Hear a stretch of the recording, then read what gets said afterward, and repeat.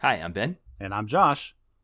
And this is the Bad at Magic podcast, a podcast about games, life, and other things. And welcome to episode 111. So, Ben, I was watching cricket the other day, and the weirdest thing happened. Wait. It got up to, the score hit. Wait. The batting You were team, watching the batting team got up to 111, and then all of a sudden the umpire picked up one of his legs and stood there like a flamingo until they scored another point. Can you explain that to me? Is there anything, what about 111 on the run score, made this happen? No idea. I've watched a little bit of cricket. You don't watch cricket. I don't watch cricket. But apparently, I did have to do a little research into how cricket is scored. This is a weird game where batters come out in pairs and they kind of work together to score runs. And there's innings and not outs, but overs, I guess. Is that what it's called? Yeah. I only know the most basic things. You just stay out there until they get you out, and you can just get dozens and dozens of runs in and over. And hitting it outside of the circle is 6, I think. Yes. If it's a ground ball, but it leaves the circle, it's 4 runs just automatically. But if you hit the home run, you hit it in the air outside of the boundary, then it's automatic 6 runs, and you just keep adding. Right. So it's very common for these scores to get very, very high. And especially because, in baseball, you're trying to hit in a 90-degree arc so the defense can kind of, condense and be in strategic places. But you're playing cricket and it's a 360-degree field. Hit it wherever you want. And so it makes it a little more difficult for the defense to get after it, which makes sense that the scores go so high. So you're saying there's something magical about the number 111? So 111 in cricket is sometimes called a Nelson. That's referring to Admiral Nelson of course, Lord William Nelson. There you go. Yes. You see, you know more about Lord William Nelson. The Battle Nelson of Trafalgar. Yes. So it's weird. They call it a Nelson because allegedly, at the commoner level when they were playing cricket, he only had one eye, one arm, and one leg at the end of his life. So 111. So 111 is a Nelson. That's not true. He actually never lost a leg. He did lose an eye and he did lose an arm, but he never lost a leg. And so that's such a good example of a typical dry British humor. Well, so in cricket, multiples of 111 are sometimes called a Nelson or a double Nelson for triple twos, a triple Nelson for 333, a quad Nelson for I love 444. that their score can get so high that they had to come up with a number for how to score 444. Right. Well, and this is the interesting part to me was some people think this is unlucky. And so apparently, if you're rooting for your team and either your team or their team has a Nelson, I'm not sure which, people will then pick up 1 foot. You can only have 1 foot on the ground while the team has a Nelson, or else it's bad luck because, I don't know, the ghost of Admiral Nelson, who had 2 legs, is going to come down and curse the future game actions or something. And what was interesting, apparently, there is one international umpire, his name is David Shepard, who was very much aware of the Nelson and very much on board with the whole, weird bad superstition. Luck. The superstition, thank you. I don't know why that escaped me. And so an umpire, a guy that's trying to officiate the game on the field, would be standing there on 1 foot or adjusting himself. Or, trying not to make it obvious. I got to find a clip of this and put it in the show notes. I did not find any clips, but this is the description I'm having. There's a guy who does all this weird stuff to make it look like he's not standing on 1 foot when he's standing on 1 foot. Wow. Okay, that was a very interesting thing about the number 111. So, Josh, since we recorded last, you have started a new job. Yes. How's it going? I hate it. I hate going in. It's so terrible. And everyone is so mean to me. No, actually, it's fine. This is a very different kind of thing because before I was working in a 4-man shop. There was only 2 technical experts, myself and then the owner. We were 100% full remote, so I sat in my kitchen and did all my work all day in my pajama pants and my dad's slippers. No kidding. It was great. Wonderful. This work is slightly different. I have to wear clothes again. So I'm in slacks and a button-down shirt. No tie. We're not doing ties. The owner wears jeans, but I'm not going that far. I'm going to wear my slacks. I'm a manager now, so there's people that report to me and come to me asking questions. Yeah. I was afraid. I was no kidding a little trepidatious about people are going to be asking me. I've only been doing this for 5 years, but then I got 3 or 4 questions from the less experienced employees, And all of that anxiety when they were like, oh, okay, they don't know anything. So that's really helpful. One thing that I think is really interesting is in the interview that I gave. So, I don't know, everybody that's buffing up your LinkedIn profile, pay attention for a second. Like, I sat in an interview with this firm. That includes me. That includes you. Okay.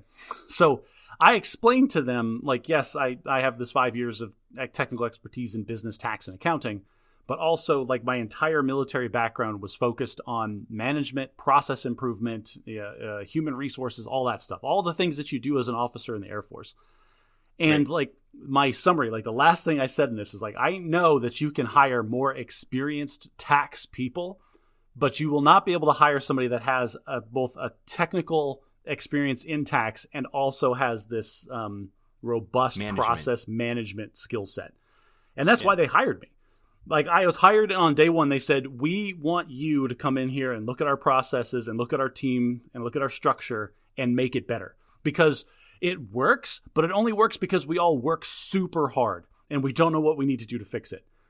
And I've been at this job for a week and 3 days, and that's been like 80% of my focus is trying to figure out what to do to fix these people. And so I interviewed every single employee and manager, like everybody that works at that firm. I interviewed them one-on-one, and I did a combination. You were the Bobs. I did a manpower study / climate assessment survey / organizational structure review, like all in one. And it was great. Bro, that wasn't even parody, all those business buzzwords you just threw out there.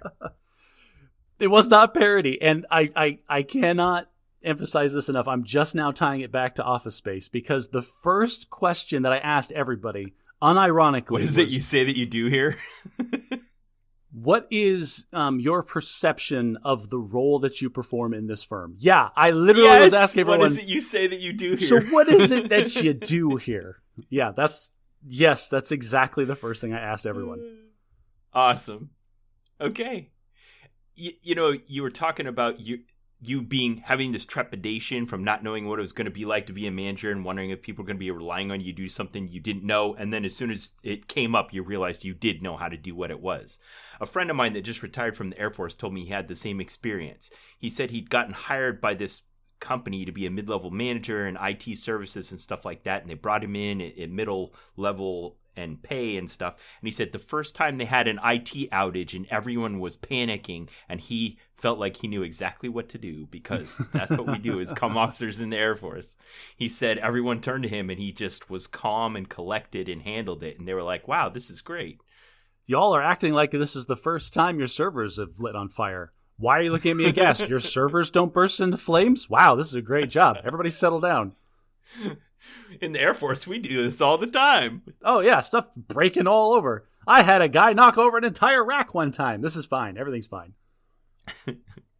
Yeah, and I think there is something kind of inherently chaotic about the way that we do IT in the Air Force. I mean, frequently we're doing it in a tactical environment where we're trying to introduce IT capabilities in places where they didn't exist before very rapidly. And other times there's lots of activity happening that has a tendency to disrupt IT, such as digging trenches with backhoes and those kinds of things that has a tendency to cut cables. There's power shortages. There's service provider friction, just lots of different kind. You're using satellite communications, just lots of different things that prepares you for that kind of.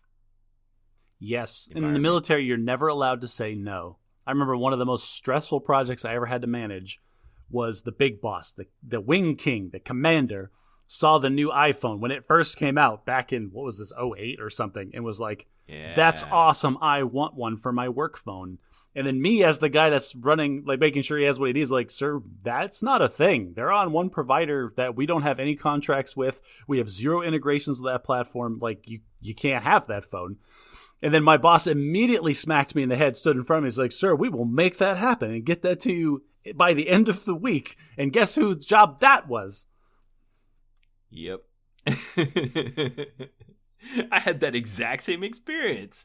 We did a walkthrough of the private residence of a brand new 4-star for him to look at all of his IT in his home and give it the nod of approval. We went to the one place in the house where there was no IT cables and connections on the wall, and he says, I want my things right there. And my boss did the same thing yours did and said, sir, we will make that happen. And then he turns to me and goes, can we make that happen? Yeah, well, sir, it was this room virtually is not impossible. Yes, and that's the thing is, like the boss, like, yes, I will make that happen because no is not an acceptable answer. And you're back here, the technical expert, like, sir, like you telling him yes just broke like 4 rules. Like, there's no way. Yeah, but I did like you did, and we made it happen. It's like that single panel comic that's a screenshot of a Simpsons episode where Homer Simpson's standing in front of Marge and he's got his hands on his hips and he looks like Superman from the front. Yep. But from the back, he's got all his fat gathered up and clipped into clothespins. Sometimes that literally happens because for a while we were doing waist measurements for the PT test. Josh, I want to give away one of the secrets of the podcast. And this secret is so good that it goes all the way back to the very first episode. Well, don't give our secrets away. We'll have copycat podcasts pop up all over. It's 111. I'm giving away one secret. Listeners, if you haven't looked at the show notes, I put a lot of time into painstakingly giving timestamps for our transitions in the show. So if you've only recently come on, you realize you like listening to Josh and I talk, but occasionally we stumble into a topic that you can't relate to, you don't like, you're not interested in. Look in the show notes. I've got the timestamp, but when we transition to our next segment, you can skip ahead to that timestamp and be right back on board without missing a thing. Why? Okay, like timestamps are a thing. Why? How is that a secret? Like that we have timestamps is a secret? That I put in the show notes of every single episode the timestamps of our transitions. Okay, so if you just did you not know that? I think I knew that, but I don't skip segments, so I never used that functionality. I don't know. Yeah. It's there.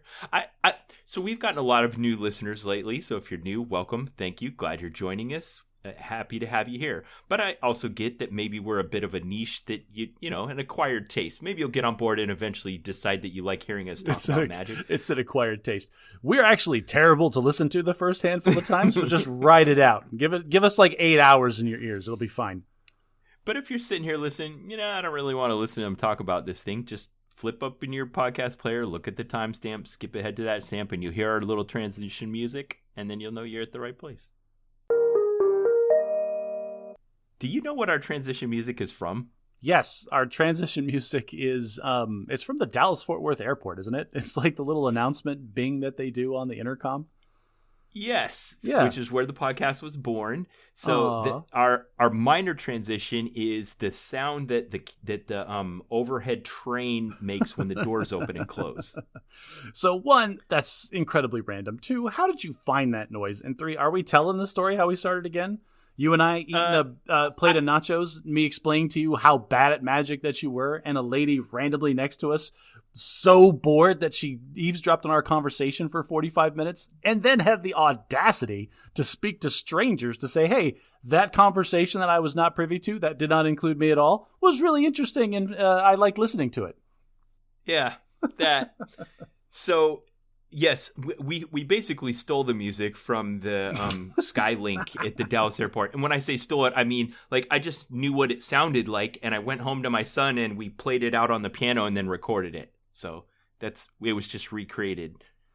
I'm just now realizing this entire podcast was born out of somebody breaking, like, every social contract that exists around like, hearing a conversation of her eavesdropping on our conversation and then talking to us about the fact that she was eavesdropping on our conversation. And you took it and ran with it. And I'm over here like, well, that was interesting and incredibly rude. I am so uncomfortable right now. Okay, but that's not the transition music you'll hear if you skip ahead to a timestamp. The timestamps are exclusively a different music that you might not even know what it is. It goes like this.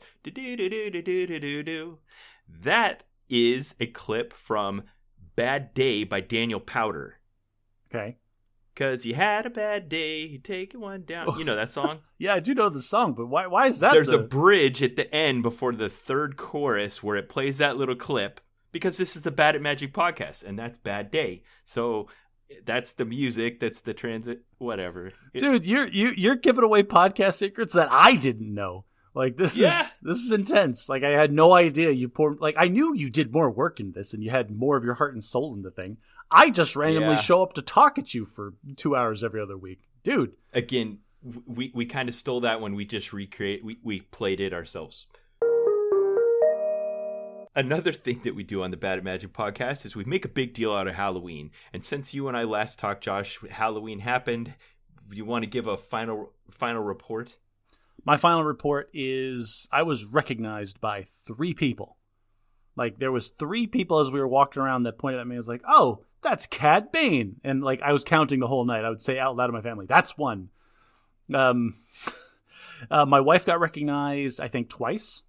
There was one, like, we walked up to one house and everybody got one recognition because the dad was a super hardcore Star Wars nerd.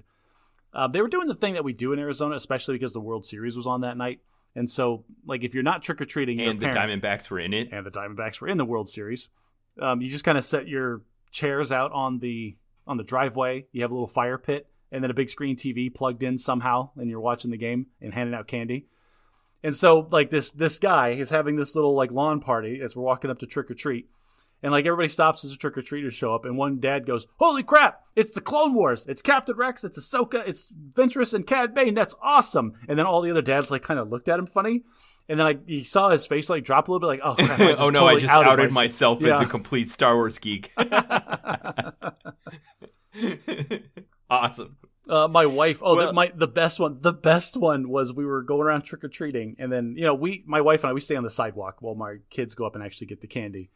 And one little kid was walking by trick or treating with his parents, and this kid had to be 4 or 5, and he points at my wife and he goes, "That's the bad guy that I hate!" Like, top of his lungs, just straight out.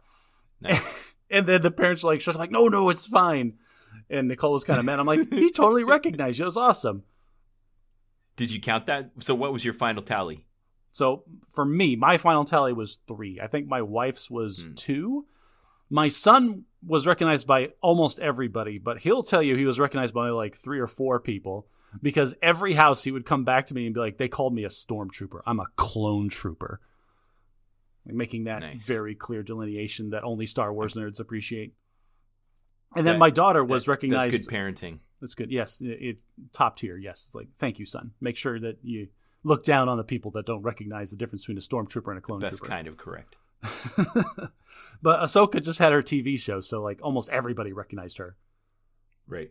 So your daughter her tally was pretty high. My daughter and my son, my daughter and my son had very high tallies because they are protagonists from a TV show. My wife and I's tally was very low because we are antagonists from the same TV show, and people don't care about the villains as much as they care about the heroes. I want to talk about something real fast that kind of encroached on my psyche, and now I use it to evaluate a lot of different things.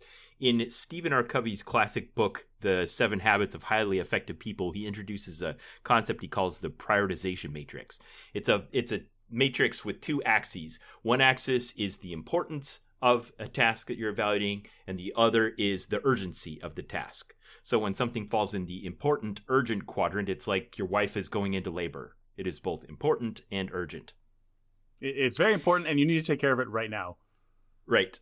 Then there's the important, not urgent quadrant that is things like continuing education and relationship development and those things that will never really be urgent but are important. Retirement savings becomes increasingly urgent as you age. Yeah. Okay, so that's what I want to talk about. I want to talk about the non-urgent and non-important quadrants. You get what those are. This is the thing I want to say in the context of talking about Halloween, because Halloween isn't like we've mentioned, you kind of waited this year a little bit late to deal with it, and the date is coming up no matter what. So as the 31st of October gets closer and closer and closer, this thing that was both not important and not urgent suddenly is becoming more and more urgent. So urgent, in fact, that I might say someone like yourself would be tempted to quit their job and work on creating costumes full time for a couple of days. Okay, so listeners, Ben is alluding to a bit of an inside joke where I did quit my job and I took 2 days off, the 30th and 31st, and I spent morning to night doing nothing but arts and crafts, but the finishing touches on these costumes. And he knows that. Sending me these delicious process photos of you doing this, and I swear you timed it so you would quit your job so that you could have crisis crafting for Halloween costumes. It just worked out that way. Like, I didn't plan it that way. I had scheduled the 30th and the 31st as vacation at my old job. And I had that progged out since like August because I just knew myself, like, I'm going to need those 2 days to finish up Halloween costumes. So did you deliberately postpone some of the things you had to do because you knew you were going to have those 2 days? Yes. Well, no. That's the good version of what I did. The actual version is I would look at that pile of arts and crafts that lived in my living room for 4 months. I would go, oh man, I really should go over there and put like 20, 30 minutes into like taking a couple steps in the process. And then my brain would go, oh, we've got 2 whole days off to do nothing but that. It's totally fine. It just made it easier to procrastinate. What you just described is the same thing that happens when you like set your alarm 5 minutes earlier. You're like, nah, I got 5 minutes, and you hit the snooze button another time. I'm not allowed to do that anymore.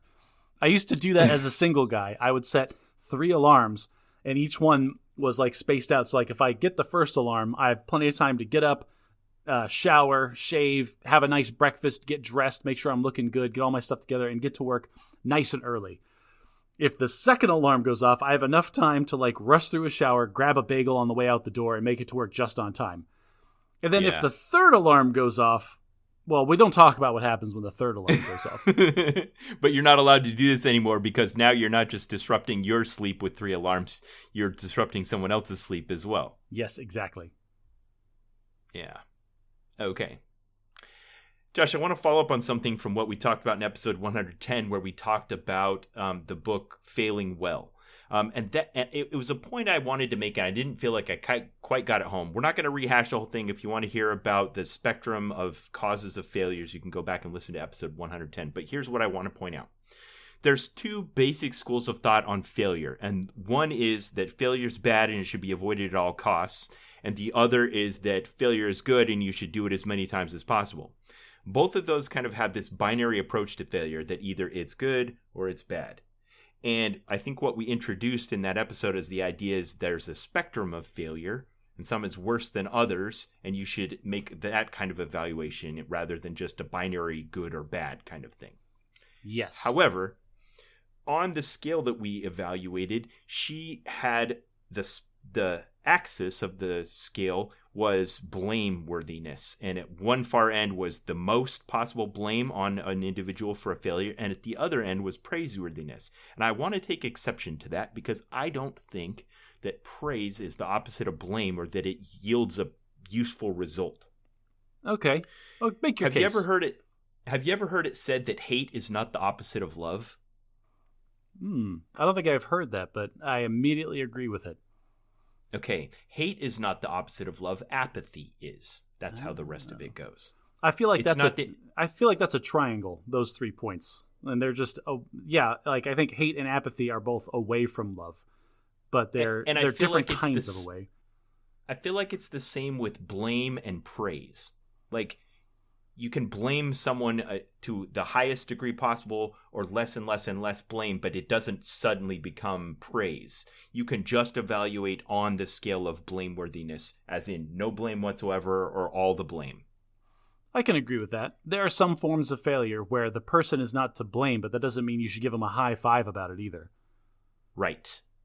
So the point I'm making is that I think you can evaluate failure just on its axis of blame without including praise, and then you don't get this confusion that comes at the high end where you're trying to fail, like in the example of scientific exploration. You know, the Edison principle.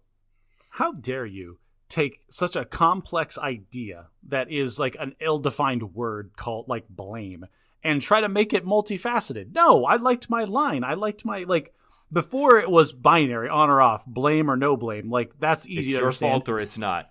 We introduced a spectrum, and now you're trying to introduce another dimension on this graph. You're trying to make it like 2-dimensional with like colored regions. Like, dude, like what, why? Now I have no idea what to think about what we talked about last episode. Here's why. Because we're examining failure in that we're questioning the common misconception that failure is always bad or that it's always good, and that we're introducing the spectrum of how much blame goes on an individual for a failure. When you have made that decision that you're going to evaluate a failure on a spectrum, then the question is, what do I do now that I understand that? And I think what you do is how much mercy you extend towards the person who's the source of the failure. If they're completely to blame for it and they did it on purpose, then you can be merciless. But anywhere on that spectrum after that, it deserves a degree of mercy. So I think that that's what we're saying here, is that you can be merciful towards someone that fails because they had inattention, they were unqualified, the process was inadequate, they it was too difficult, or this is a task that's so difficult that some percent of the time you're just not going to be able to do it, or there was some unknown, unpredictable factor that was introduced into the equation that couldn't have been foreseen. Okay. I don't know if this was your intent, but everything that you just said, like in the words that you're using, you're trying to take the idea that you have and compress it into words and then transit it to me so I can unpack it and have the same idea in my head. I think in those words in the decoding process, I got a slightly different idea, and I'm going to parrot it back to you and see what you think. It might have just transformed in the conversation. You're saying all of that, and now in my mind, I am picturing not the spectrum that you're talking about, but a two-axis graph, an X and a Y axis. And on one axis is whose fault is this failure, the individual or the organization? And then that's one spectrum. And then you go the other direction. And then is this failure blameworthy or is this failure praiseworthy? And so then that gives you like points where any kind of a failure can fall anywhere in there. And then different regions will have different responses to both the individual and the organization. Like you were saying, if it's almost anything on the organizational side of the blameworthy chart is going to be wanting mercy for the person. If it's a bad failure, but if it's a bad failure and it's the organization's responsibility, then mercy to the person. If it's the organization's fault, but it's a praiseworthy failure, now you can actually like kind of reward this person, or maybe just like send them on their way without any feedback. Be like, hey, you discovered something bad about the organization. Thanks for your help. Now get out while we fix it. And then there's the organization or the individual's fault, but it's a good thing. Like he broke something in a way that's totally unique and now we need to fix it. Like that's not necessarily praiseworthy, but we shouldn't like necessarily punish him for it either. It's like, you broke this in a way we didn't think it could be broken. That's like maybe he's included in the process. Like, how did you even get here? How did you get a wrench through that windshield? That doesn't make sense. And then there's it's his fault and it's blameworthy. Now we're in the punishment region. Right. Okay. That wasn't the point I was trying to convey, but it is the next point I was going to go to, and I love it, Josh. That was perfect. That's exactly what I want to get to, because there's something that you hear said sometimes that is, when does a team lose as a team? And it's this other axis that needs to be evaluated in terms of failure, and that is that you don't just take individual accountability for things, because that sometimes there's a degree of complexity that indicates that there's a system happening here. So then to try to distill an individual failure down to the acts of one person is an oversimplification that isn't justified. Yeah. Well, that's called the fall guy. Right. My organization failed, but it's clearly if 3 Mile Island happens and we almost have a nuclear meltdown in New York State, and we're like, oh, that guy turned that lever too far clockwise. There, we've solved the problem. He's to blame. Everyone go back home. And that's also now you're mixing in like PR and stuff in it, because something terrible that's highly visible like that happens. Like, it's hard for the governor to get up and say, yeah, the entire system is broken in some ways, and this identified those faults, and so we're going to go through and systematically fix all those. That is an unsatisfying answer for public accountability, because individual taxpayers don't understand that, and they, to a large extent, like, it's already broken. I don't believe you're going to fix it. It should have been fixed in the first place. It's much easier. It's easier to find a guy and be like, this is him, this is his fault, and throw him to the crowd so they can like lynch the guy. You're getting at the heart of why this is such a sticky problem, why people want failure to be binary, because we want to be able to just blame a person and move on. So, when does a team lose the team? I heard a random internet debate that I'd never engaged in before. I haven't prepped you on this one, but I just want to get your take on this. Which is the more versatile food, potatoes or milk? Oh, crap. Ben, okay, That was an eternity for how long you paused. You just did the thing that you've done to me only one other time to my knowledge, and that is you asked me a question that consumed an increasing amount of resources in my brain until I had to manually shut it down. Sure. The last time I remember the other one. Do you remember what it was? Yeah, it was, are there more doors or are there more wheels? That's it. Yep. Because like my brain goes like, okay, again, it's the inside out thing. There are people that are in my head that run my whole existence, right?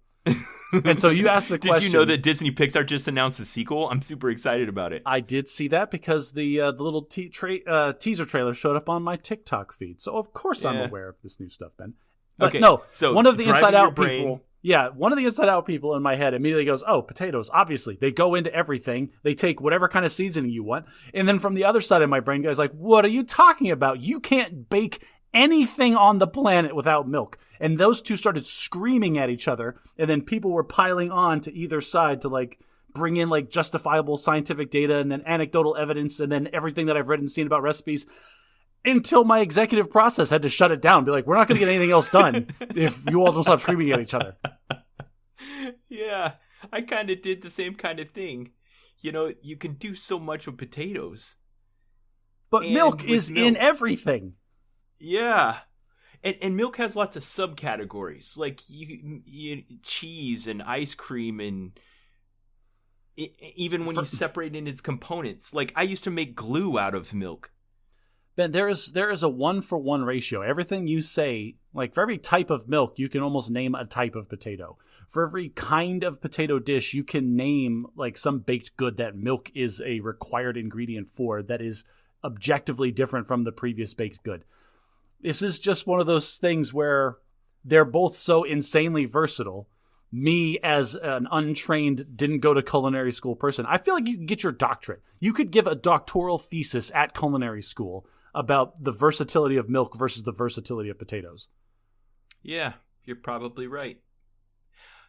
One reason I brought this up is I was listening to another podcast where they had this debate, and then they went off on a tangent talking about all the different kinds of things lately that we've decided to turn into milk. Soy and almond and oat, some others I hadn't thought of until I looked it up, rice, macadamia nuts, coconut. But the thing about all of those, with it probably the exception of soy, is that none of the rest of them have enough protein and other nutrients to be a viable alternative to milk actually as a staple. Like milk, as in the thing expressed from mammals, is designed to be a meal in a box. Well, there's also a hot internet debate about whether or not we should be consuming milk past infant stages of our life. Because yes, like you're talking about, one side of this, it's a superfood. It's got all these proteins and all these wonderful things that are in it. And the other side is, yeah, and you don't need any of that junk past the stage where your bones are full-sized. So why are you still drinking it and including it in your diet? Yeah, I'll tell you why. Ice cream. That's the reason right there. Period. Sour cheese. cream. Oh, cheese. But okay, I was gonna have like a pertinent point to like continue this discussion. You said cheese, and it just shut everything else out of my brain. Like, yeah, cheese is amazing. That's the winner. Yeah, but okay. So we talked about all those things you can milk. Can you make potato milk? Could that be a thing? Oh, and that you've just done it. You've created now the most versatile. You've created the most versatile cooking ingredient that has ever existed with potato. Oh, wait a minute. What am I saying? We already have this. It's called vodka. All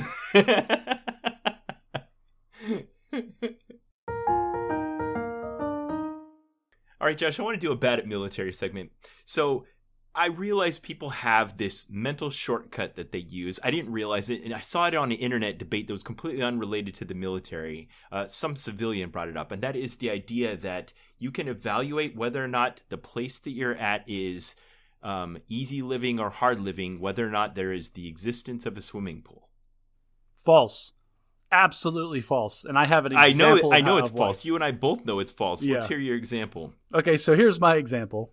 I was at a temporary tour of duty in one of the Texas. What's the big one? Austin? It wasn't Austin. Houston? It wasn't Houston. Where's the big base in Austin? Randall. Dallas?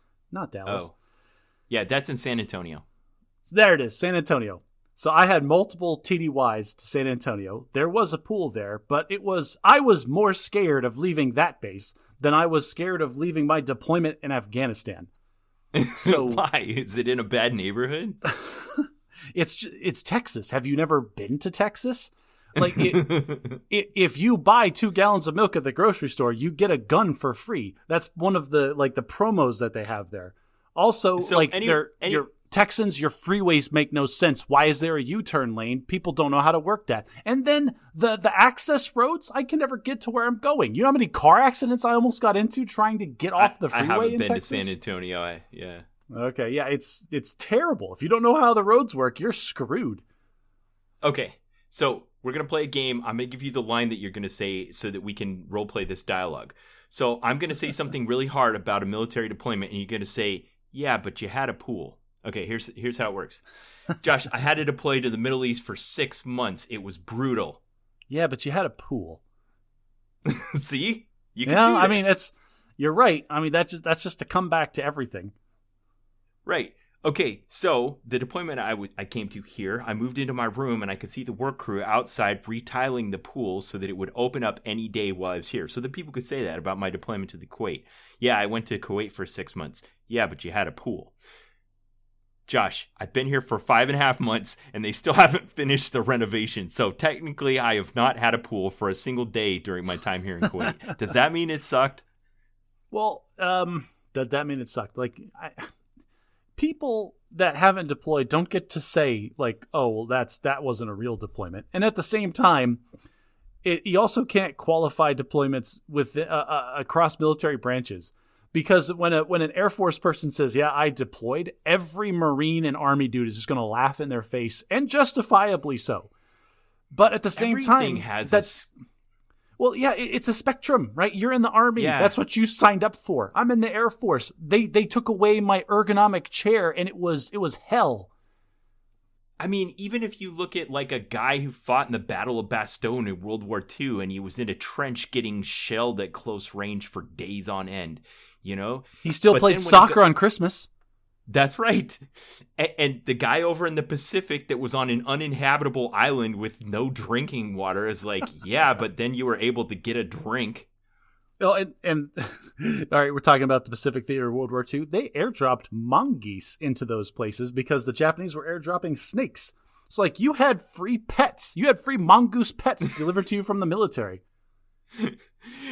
And maybe one of those brackish saltwater pools was swimmable, and you'd be like, man, it sucked in the Pacific Theater. Yeah, but you had a pool. Not all pools are created equal. Okay, so I had an experience this week that is a great example of this, just looking at something from a different perspective, contextualize it. So we have a recognition program that we call Hometown Hero. The aim of Hometown Hero is that we just select someone. This isn't like a necessarily a merit-based recognition program. You don't pick like your best and brightest. You just pick someone interesting.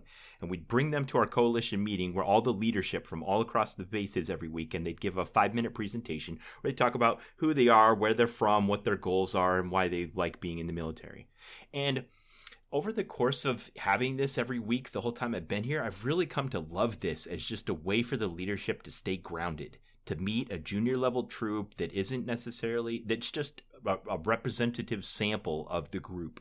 And you can listen to them talk about their life, and it really just kind of gives you some focus and perspective. And like, okay, thank you. And we give that guy a coin and kick him out of the room. And then we talk about what we're doing to help everyone. And we have that anchor point of looking at an individual troop before we have these big, broad strategic discussions and plans. That's cool. Okay.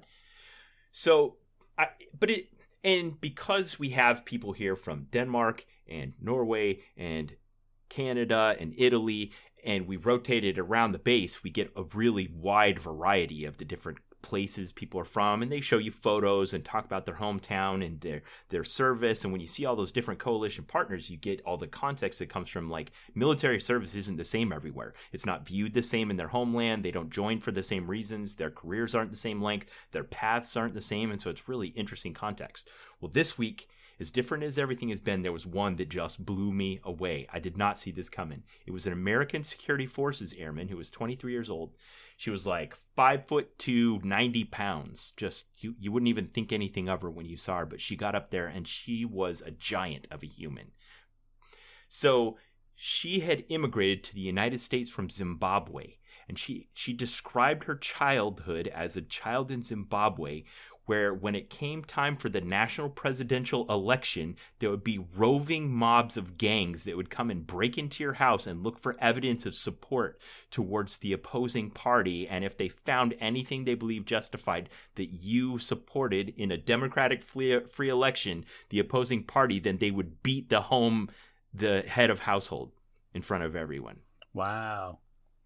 And potentially take liberties with young girls. So whenever these guys would come around, her father would tell her to hide in the bushes. Yeesh. Okay. I know. So I went into this meeting thinking I was going to hear some American from the States talk about their childhood in Oregon, and she starts relating this riveting tale of hiding in the bushes from roving gangs of like corruption in Zimbabwe. And I was just completely white knuckling my desk, like, oh my gosh. So her family was able to scrape together enough money to move her to her uncle's house in the States, and then she went 5 years without seeing anyone in her family until she got naturally what's it called when you become a citizen? Naturalized into the United States. And then she was able to go back to Zimbabwe and see her family. And now she's here fighting for freedom as a naturalized citizen of the United States, and she's proud to be American. She's grateful for her right to, vote freely according to her own mind and conscience without threat of violence. And I just think, man, I really take a lot of stuff for granted. Whoa. No kidding, right? That's yeah. That really anchors the conversation when you're like, okay, now let's have a staff meeting about what we're doing to support people. And don't come at me with your nonsense bureaucratic gripes. Right. Or, yeah, but you had a pool. Okay. I do have one more for the pool thing, okay? Okay. So, again, Afghanistan did not have a pool. Felt very safe there. At one point, I had to spend 6 weeks at Maxwell Air Force Base in Alabama. Okay. And my first night on Maxwell Air Force in Alabama, they had all of us in a big group in the theater, and they had the mayor of whatever town in Alabama that's in. Do you know off the top of your head? Montgomery. The mayor of Montgomery, Alabama, stood up in front of us and talked for half an hour about how awesome Montgomery was. And here's all the touristy things.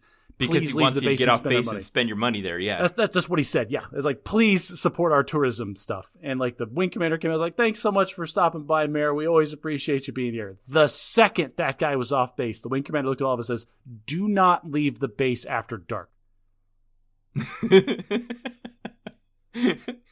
Josh, I know you keep starting that with saying you felt safe in Afghanistan, but you were surrounded by people that would have murdered you in their sleep had they had the chance. What, in Afghanistan? Yeah. No, we got your sleep. I said, please. We got mortared one time, and they weren't even trying to kill anybody. That was like they were bored in the town, and they because when a military mortars you, they have sights and they have wind measurements and they have charts to track the parabolic arc that this mortar is going to go. These kids took a steel pipe and that way, and then dropped a mortar down it to just lob it in our general direction. I think there was two explosions nowhere near the base. The whole base went crazy, launching those flares that stay in the air forever and sending out patrols and stuff. I honestly, Ben, to this day believe that it was like 5 teenagers are like, hey, I'm bored. You want to stir up the hornet's nest for a couple hours and see how crazy they get? I honestly believe that's what they did. I get what you're saying, and I kind of revel in the creativity of your thinking that you felt safe there in a country where you were in a war and you were there as a foreign combatant. But yeah, technically you kind of were safe. But how is that worse than Montgomery, Alabama? Because I did not feel safe in Montgomery, Alabama. Yeah. All right. Dude, I was walking one time from the bathroom back to my bed in Afghanistan, and there were so many stars, Ben. I have never seen the Milky Way with the naked eye like I did in this country that has zero light pollution. It was amazing. Yeah. I don't know. I felt more aligned with what they were telling us. Like we took dozens and dozens of rounds of indirect fire while I was in Afghanistan. There was explosions around us all the time. They were definitely trying to hurt us. And the people that we brought on the base that were supposedly there to help us, that were sweeping the floors and cooking our food, like we were constantly warned, don't leave your gun down for 1 second or they'll pick it up and shoot you with it. And I believed them. We had different deployments in Afghanistan. I guess I was deployed with the Army, and they have a much different, like, I don't know, association or partnership with perceived danger. And everything just felt very lax and very like, well, if it's going to happen, it's going to happen. Let's just enjoy the time while we're here. Okay, I've got one other random internet debate you can settle for me. Oh, I don't know so about that. Today happens to be Veterans Day in the United States. It's also the 11th of November, which is Memorial Day for like our English-speaking partners, like the British and the Canadians and stuff. So I went to a memorial ceremony at the Canadian camp today, and it's Veterans Day and Memorial Day are not the same thing. And in this case, our Veterans Day and their Memorial Day aren't the same thing. It aligns wrong because in America we celebrate people who served and lived and maybe are still living, and on Memorial Day we celebrate the ones who died. Right. But here's the debate: is once you've served, at what point do you become a veteran? Oh, okay. I mean, I think in just as part of the word, it's a past tense thing, right? Like you're a veteran when you're no longer serving. Okay, so you are not a veteran while you're still on active duty? That feels wrong, but I think that's how we use it colloquially in the U.S. What if you're used to be on active duty and now you're a reservist? No, I like that first one better. Active duty. Yeah, that's good. I don't know. And then this is one of those debates where the only people that care are the people that have it wrong. Like the only people that are going to argue about what is and isn't a veteran are the people that are, I don't know, either insecure or they're getting the message mixed up anyway. The point is not to clearly identify and draw lines like, oh, these people are to be lauded and these people are to be shunned. It's just supposed to be more thankful than that. Why are you trying to make enemies of the people that don't like your football team on Thanksgiving, Uncle Joe? That's not what this is about. Like, you're missing the whole point. Yeah, and I'm not trying to dredge up this to make it sound like it's rancorous debate, but you know, is Veterans Day for people that only have their servants in the past, or is it people who have served? As in, like, once you've served one day in the military, you are now effectively a veteran. Even if you're still you are serving, you also have served. There are people that are in the military that will draw further lines. Like, you're not really a veteran if you never went to a combat deployment. You're not really a veteran if you never really got shot at. You did it, Josh. You found the rancor. Do you have a Purple Heart? Well, then you're not really a veteran. You just lived in a dorm. Have you ever slept in a foxhole? Then you're not really a veteran. Have you ever pooped your pants while you were staring the devil right in the eye? Then you're not a veteran. Yeah. Well, so while I was describing to the Canadians, we were waiting in line to take our poppies off of our over our heart and place them on the wreath. And I was explaining to them how we have 2 military holidays in a year. One is for remembering the dead and the other is for honoring the living. And they're like, wow, we only have the one because people aren't really into honoring living military members in our country. And I realized that's kind of a luxury we have in the States. Some of our allies don't have that. I know in Italy and Germany, they definitely don't. They don't even wear their uniforms in public because they don't get thank you for your service. They get, one of the Canadians told me they'd been called a baby killer when they wore their uniform in public. I was like, were they from the Vietnam era? Like, what? Yeah, I haven't done that kind of thing in a while. Yeah, that's a whole cultural thing, though. Like, and that existed in the U.S. like during the Vietnam era, right? But they've somehow, I don't know who did this or what process that this happened by, but it's transitioned to where we laud the people that are serving in the military, while at the same time, like, being mad at the leaders who are telling the military to do things that we don't agree with. Yeah, I think that's right. That goes back to our prioritization matrix. We're talking where the blame belongs, whether it belongs to the organization or the individual. And of course, you don't blame an individual in an organization as big and as monolithic as the military when they're just following the orders of the chain of command. Let's said, Oh, that said, let us go ahead and set the record straight. Listeners, if you see somebody that's in the military and you want to laud them, check their rank first. If they are an 06 or higher, they're part of the system that's doing all the bad things, and so they are not to be lauded. Anyone below that's just doing their job. Yeah, who is accountable? Well, you're part of the problem, too. You're one of those staff guys that just, whatever the boss says, there you go. Make their I'm part of the thing. problem. You know you're part of the problem. We talked about that before. People go to staff and their brains change. They come back and they think like at the organizational level, and it's crazy. I'm also the one arguing behind the scenes that we need to just get people the right body armor instead of trying to figure out why they don't have it. And you're also the guy that's hounding like colonels for the slides for the presentation when who cares, Ben? You either die of the hero or live long enough to see yourself become the enemy. All right, Josh, I think you have a bad at text segment for us. I don't know what this is about, so I'm kind of interested to hear what's on your mind. This just like hit me the other day, and I was complaining about it in my own head. And this is happening both in my real life and then at work. Josh, that's what you have a podcast for. Exactly. I'm a middle-aged white guy. I'm allowed to come on and gripe about things, all my first world problems, not just to you, but I'm going to make it everybody else's problem. Listeners, this is now your problem. What is it? So I was thinking just about like the change. This might be a shower thought that turned into a complaint.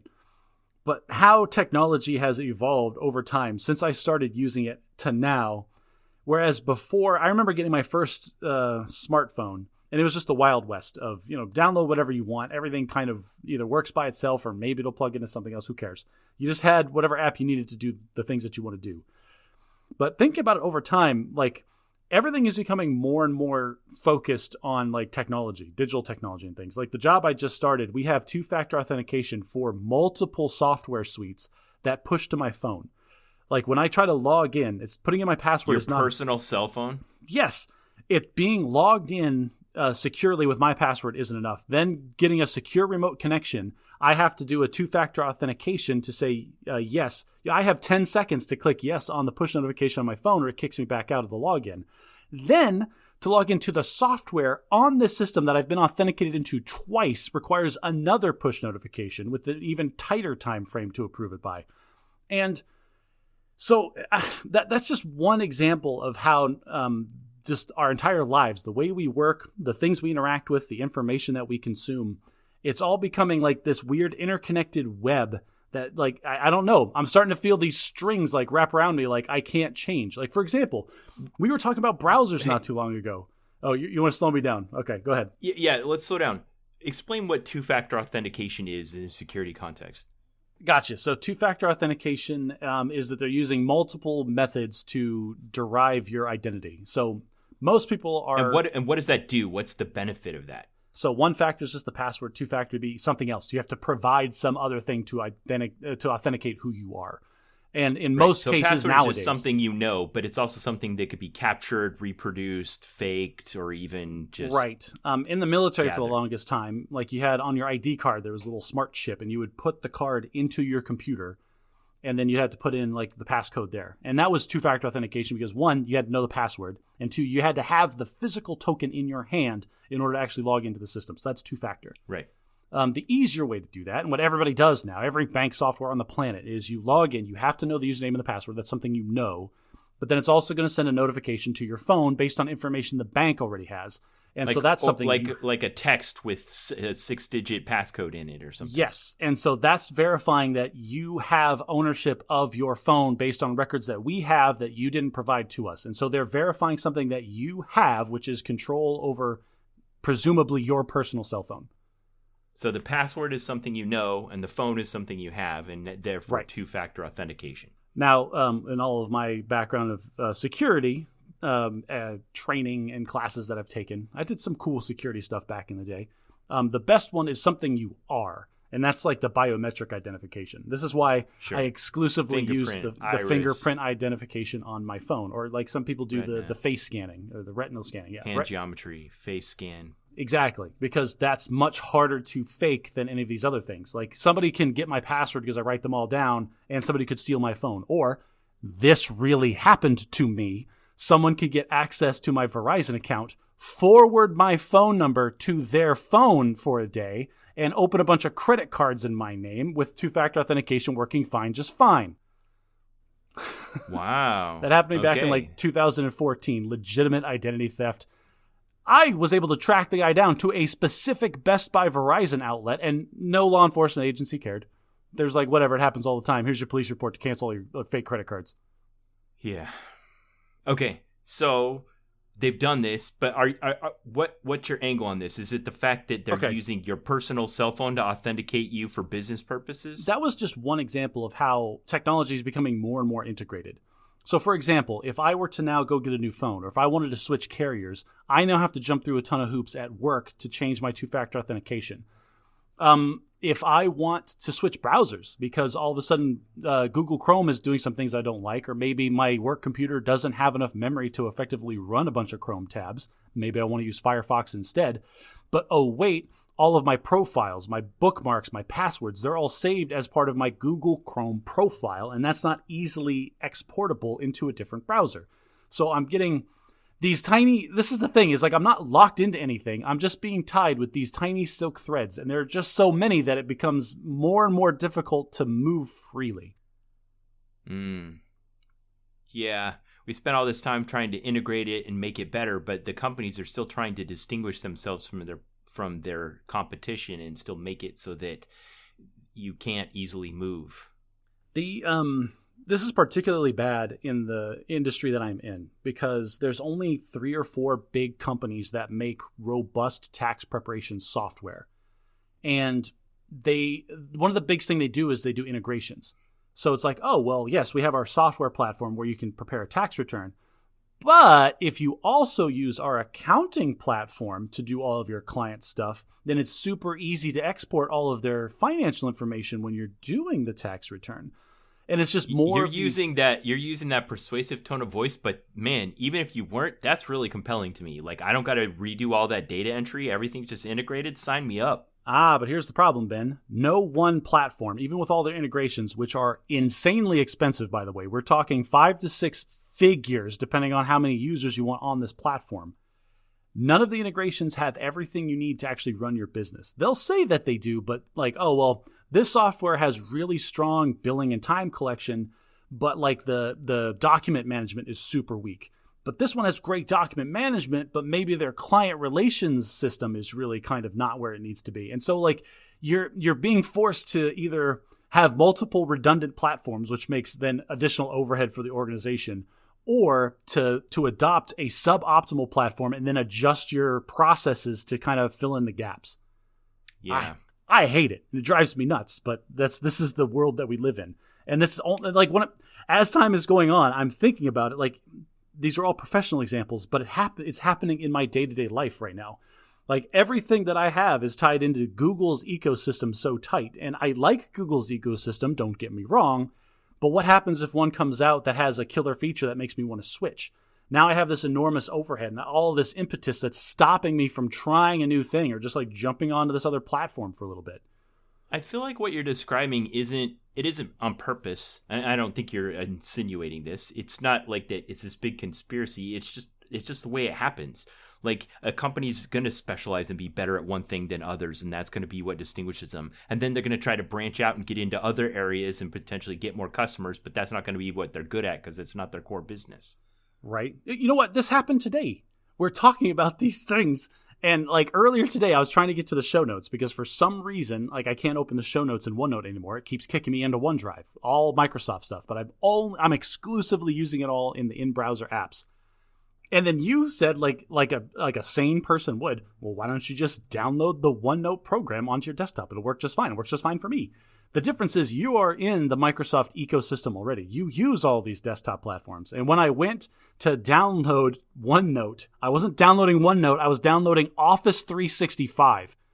And Windows was trying to indoctrinate me into their entire ecosystem when I just wanted one tiny piece of the functionality.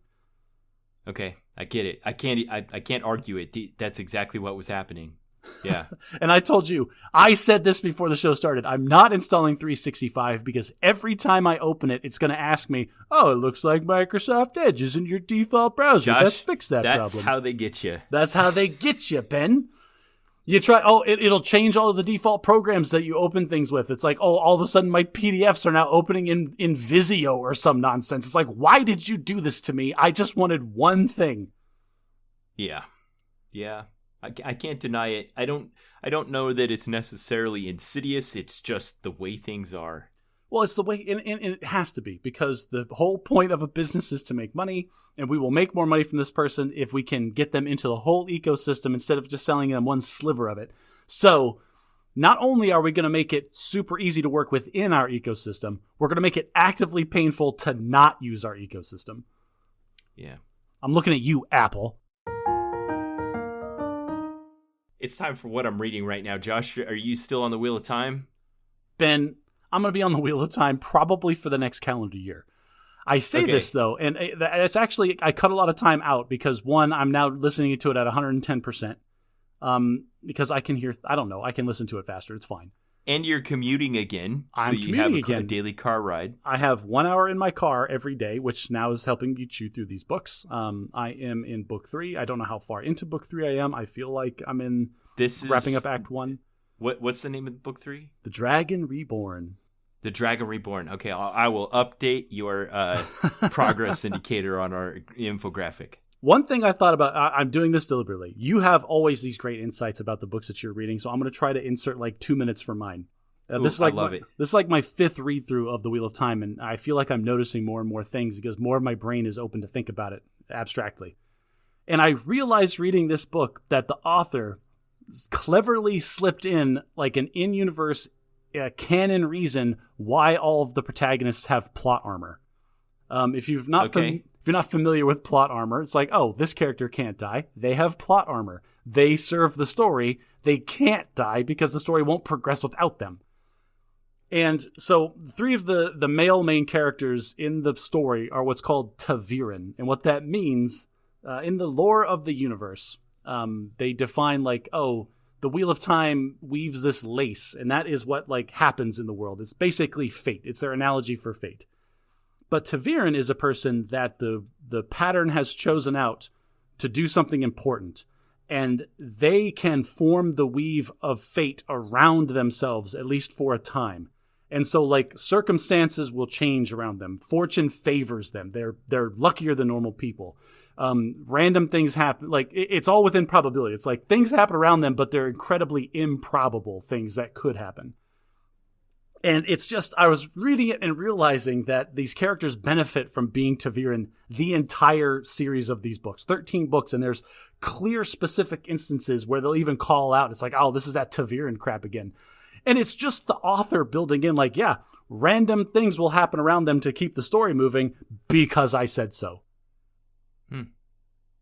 Do you remember that movie from the early 2000s with Angelina Jolie and Morgan Freeman and James Spader called... was that assassin movie? Called Wanted? Yes. That was that, he was like an assassin and they could curve bullets. That was their stick. But at the heart of it was a lore very similar to what you're talking about, where there was this loom that was weaving a pattern and you could read the threads of it and figure out the people's lives and what the future would hold. It would have random imperfections, and they had a way of translating the imperfections to written language. And so, like, just fate or whatever random thing that was causing these imperfections in this giant old school cloth was dictating who they would go out and kill because fate just needed them dead for some reason. Which sounds like a perfect method for a megalomaniacal bad guy to just kill people at will and tell everyone it was fate. So here's the thing. I kind of like that storyline. Yeah, it made no sense and it was stupid and the whole movie was just like hilarious. But I like the idea of a cult of highly skilled and highly trained assassins that are killing people almost indiscriminately because some random thing decided it was their turn to die. Like, they put so much faith into this just nothing burger of an old school loom thing that they were willing to go out and kill people over it. That idea is kind of cool. And spoilers for Wanted, that was ultimately the question at the very end. Once the Loom brought up that the destiny of the people that were running the cult were supposed to die, did they believe in their cult enough to actually go through with it or not? And Angelina Jolie's character turned out to be a true believer. Like an absolute true believer, to the point where like she shot herself with a smile on her face. Right. Yeah. I like that. I like the cult aspect. The rest of the movie, absolutely ridiculous. That aspect was really cool. Okay, so I just started reading. This reminds me of what you and I were talking about a minute ago. I just started reading a book. I decided what to do with my Audible credit this month. I spent it on Bad Blood, Secrets and Lies in a Silicon Valley Startup by John Carreyrou. Okay. This is the book about Elizabeth Holmes, who just in May of this year was convicted and sent to prison for a white-collar crime related to her company, Theranos, that had built this device that was supposed to be able to diagnose disease by taking a small amount of your blood and putting it into a small card. Oh, yes. This is one of those big pump and dump schemes where, like, I'm making this incredible thing. You should invest in my company, and then it never manifests. Yes. But it wasn't a scheme. It was... active fraud? Like, was she knowingly defrauding people? Yes, okay. Yes. This was a charismatic leader with a vision for a dream where she felt like if she could just push enough people hard enough for enough time that this idea that was currently fiction would at some point in the future become reality, but it would only become reality if she could continue pushing people through the fictional period. Yeah, like there are blurry lines when it comes to like investment banking that way, because like how much of the risk are investors taking in something that like we kind of straight up said we don't have, but we're working towards. And when you're trying to invent something new, there's this foggy period where like, well, yeah, we can imagine it, but it doesn't exist yet, but it will exist if we believe that it can and try to make it happen. But then there comes a point in the middle somewhere where it just becomes foggy and uncertain. And do you finally cut your losses, or do you follow the sunk cost fallacy and kind of double down on the fact that it doesn't actually work? There's also clear indicators of if this is a scam or not based on how much of this investment money is coming back to this person as a salary. Like if this person's taking like an $80,000 salary or something and millions of dollars are coming towards them and you can clearly show that it's all going towards research, that's one thing. If her salary is like $500,000 a year and like all of her travel and public appearance expenses are showing up in the company's like profit and loss, now you got to ask yourself, like, how much of this is legitimate research and development? How much is this person living a lavish lifestyle trying to convince other people to give her their money? Yeah. So I'm about 20% into the book, and a lot of it's exactly what you're saying. Josh, you think like a venture capitalist. I think like an accountant. There's a whole world here of like chief financial officers that are coming in and like, all right, this is great, this vision thing and stuff, but we need to have a path to profitability. We need to actually start producing something substantial and meeting the expectations of our board of directors and our investors and producing a product and having profits. Yeah. Yep. Straight up. And that's where the line drawn between fraud and a failed venture is how much effort actually went into achieving their goal. So this book is just the story about what happened and how it happened, but it's reading like a thriller. I mean, it's really gripping. So I'll let you know how it goes. But that's the one I just started reading. What I just finished reading was Making It So, a memoir by Patrick Stewart. Ah, glorious. It was glorious. I loved it. I loved every minute of it. I got to tell you a few things about it. First of all, I went into this thinking, I don't know, that whenever we see Patrick Stewart, he's like the captain on the bridge of the Starship Enterprise being fired upon by the Klingons or whatever, and it's really dramatic. And for some reason in my mind, I think those are the dramatic moments of his life, but that's weird. I don't know why I would think that. So to actually hear about his life and hear about the things that are the actual dramatic moments of his life, I'm like, oh, that makes sense. And to him, from having read his whole memoir, the things he focuses on are the transitions in relationships, specifically his 2 divorces and the starts of his new relationships. I'm going to steer clear of all that. That's one. Another is the decisions surrounding him getting the transformational roles in his career, as in like when he was cast as Jean-Luc Picard in Star Trek: The Next Generation. And going through all of the like near misses and close calls and exceptions and finally getting chosen and told that it was true. Like, all of that was very, very dramatic and stands out in his mind and his life as one of the most dramatic experiences of his entire life. It's funny because have you ever heard that he didn't know a thing about the Star Trek universe when he was cast as the captain of the Starship Enterprise? So most people didn't, Ben. Like, Star Trek was a show with... Okay, that's good. That was a good way to give him grace for it. Yeah. Well, because Star Trek at that point had, one television show that had been on in, like, the 60s or 70s, and now they're trying to reboot it for like 4 or 5 seasons. Yeah, and that's a crazy idea to reboot this unknown show from forever ago. You're right. Well, you're really good at giving grace for that. I wasn't quite as good. I was like, why didn't he know about it? And I think that's what he wanted, is to think hindsight bias, heighten the well, good job not having hindsight bias. So that and meeting famous people, being starstruck, making relationship with his co-stars, those were all the dramatic moments of his life. Now, it was interesting to hear him talk about the life cycle of Star Trek, how there was this period where it wasn't even sure if it was, like you said, how it was this obscure thing from the past and if it was going to succeed or not.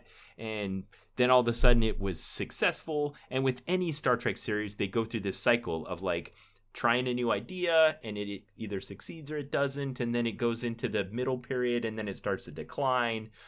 I'll tell you right now, go watch The Next Generation. Watch like 2 episodes of season 1 and then watch episode 1 of season 2. You can tell that the network had like devoted almost no resources to it in the first season. Oh, yeah. Like the 4th sets, episode. The costumes were awful. And like what blew me away rewatching it not too long ago, the episode 1 of season 2, the opening shot when the show begins is the ceiling of the bridge. And it's just like they were showing off like, look, we have budget for a ceiling now. It was the opening shot, and then they panned down to Riker with a better costume on. Go ahead. Yeah. Yeah, he talked about the costumes. I had no idea, but they hated those uniforms, which is what gave rise to what is called the Picard maneuver, where he would sit down in his chair and then pull his shirt tug down on his shirt. Yeah. Now, hang on. Let's be clear, you non-Trekkie person. There was an in-universe thing called the Picard maneuver, where he would jump to warp 9 for like a fraction of a second to make his ship appear to be in 2 places at once and confuse the enemy to the point where they can attack and defeat them. Nice. He never talked about that. Probably didn't care. He was more thinking about adjusting his costume that he hated. Also, when he got cast as Professor Charles Xavier in the X-Men universe. Oh, iconic. Oh, yeah. But he had no idea about X-Men, the existence of X-Men before that. Also, his relationship with Sir Ian McKellen, he was aware of him as a fellow classically trained British actor, but they'd never worked together up until that point. Then they became the best of friends. So good of friends, in fact, that they created a 2-man stage production called Waiting for Godreau. I'm going to put a clip of it in the show notes. It is fantastic, of these two on stage together. It's amazing. You know what? There's a lot of similarities between these two guys. I can see them bonding over the idea of like, do you have any idea what we're talking about here? I have no idea what we're talking about. You want to do some classic Shakespeare for fun on our off time? Yes, let's do that. And they go do a classic 2-man stage play. That's exactly what it was like. He also had a great run doing a 1-man version of A Christmas Carol by Charles Dickens, where he was on stage doing that. He talked about his transformation in his career to being a comedic actor and how difficult that was for him. And he gives us an example. So here's something I want to talk about with this book and with the other book. And here's one reason I really love reading nonfiction. When you're reading nonfiction and they talk about something and you're like, that's really interesting, I want to know more about that. You can. Like, I could look things up and I could learn all about this thing. There's more. You can just go. And he talks about something about the early production of Star Trek The Next Generation. And I'm like, that sounds really interesting. I want to know more about that. And there's more. I can go find it. And it's out there.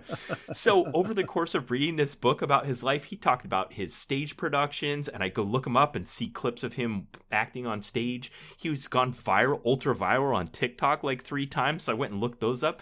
There's a really great one, link in the show notes, where his wife is interviewing him about stage techniques, and she has her toes in the frame, just her painted toenails, and he's sitting there with her her feet on his legs, and he's explaining to her how epic it would be to do a quadruple take. Yeah, you know the single take and the double take and the triple take, but have you seen the quadruple take?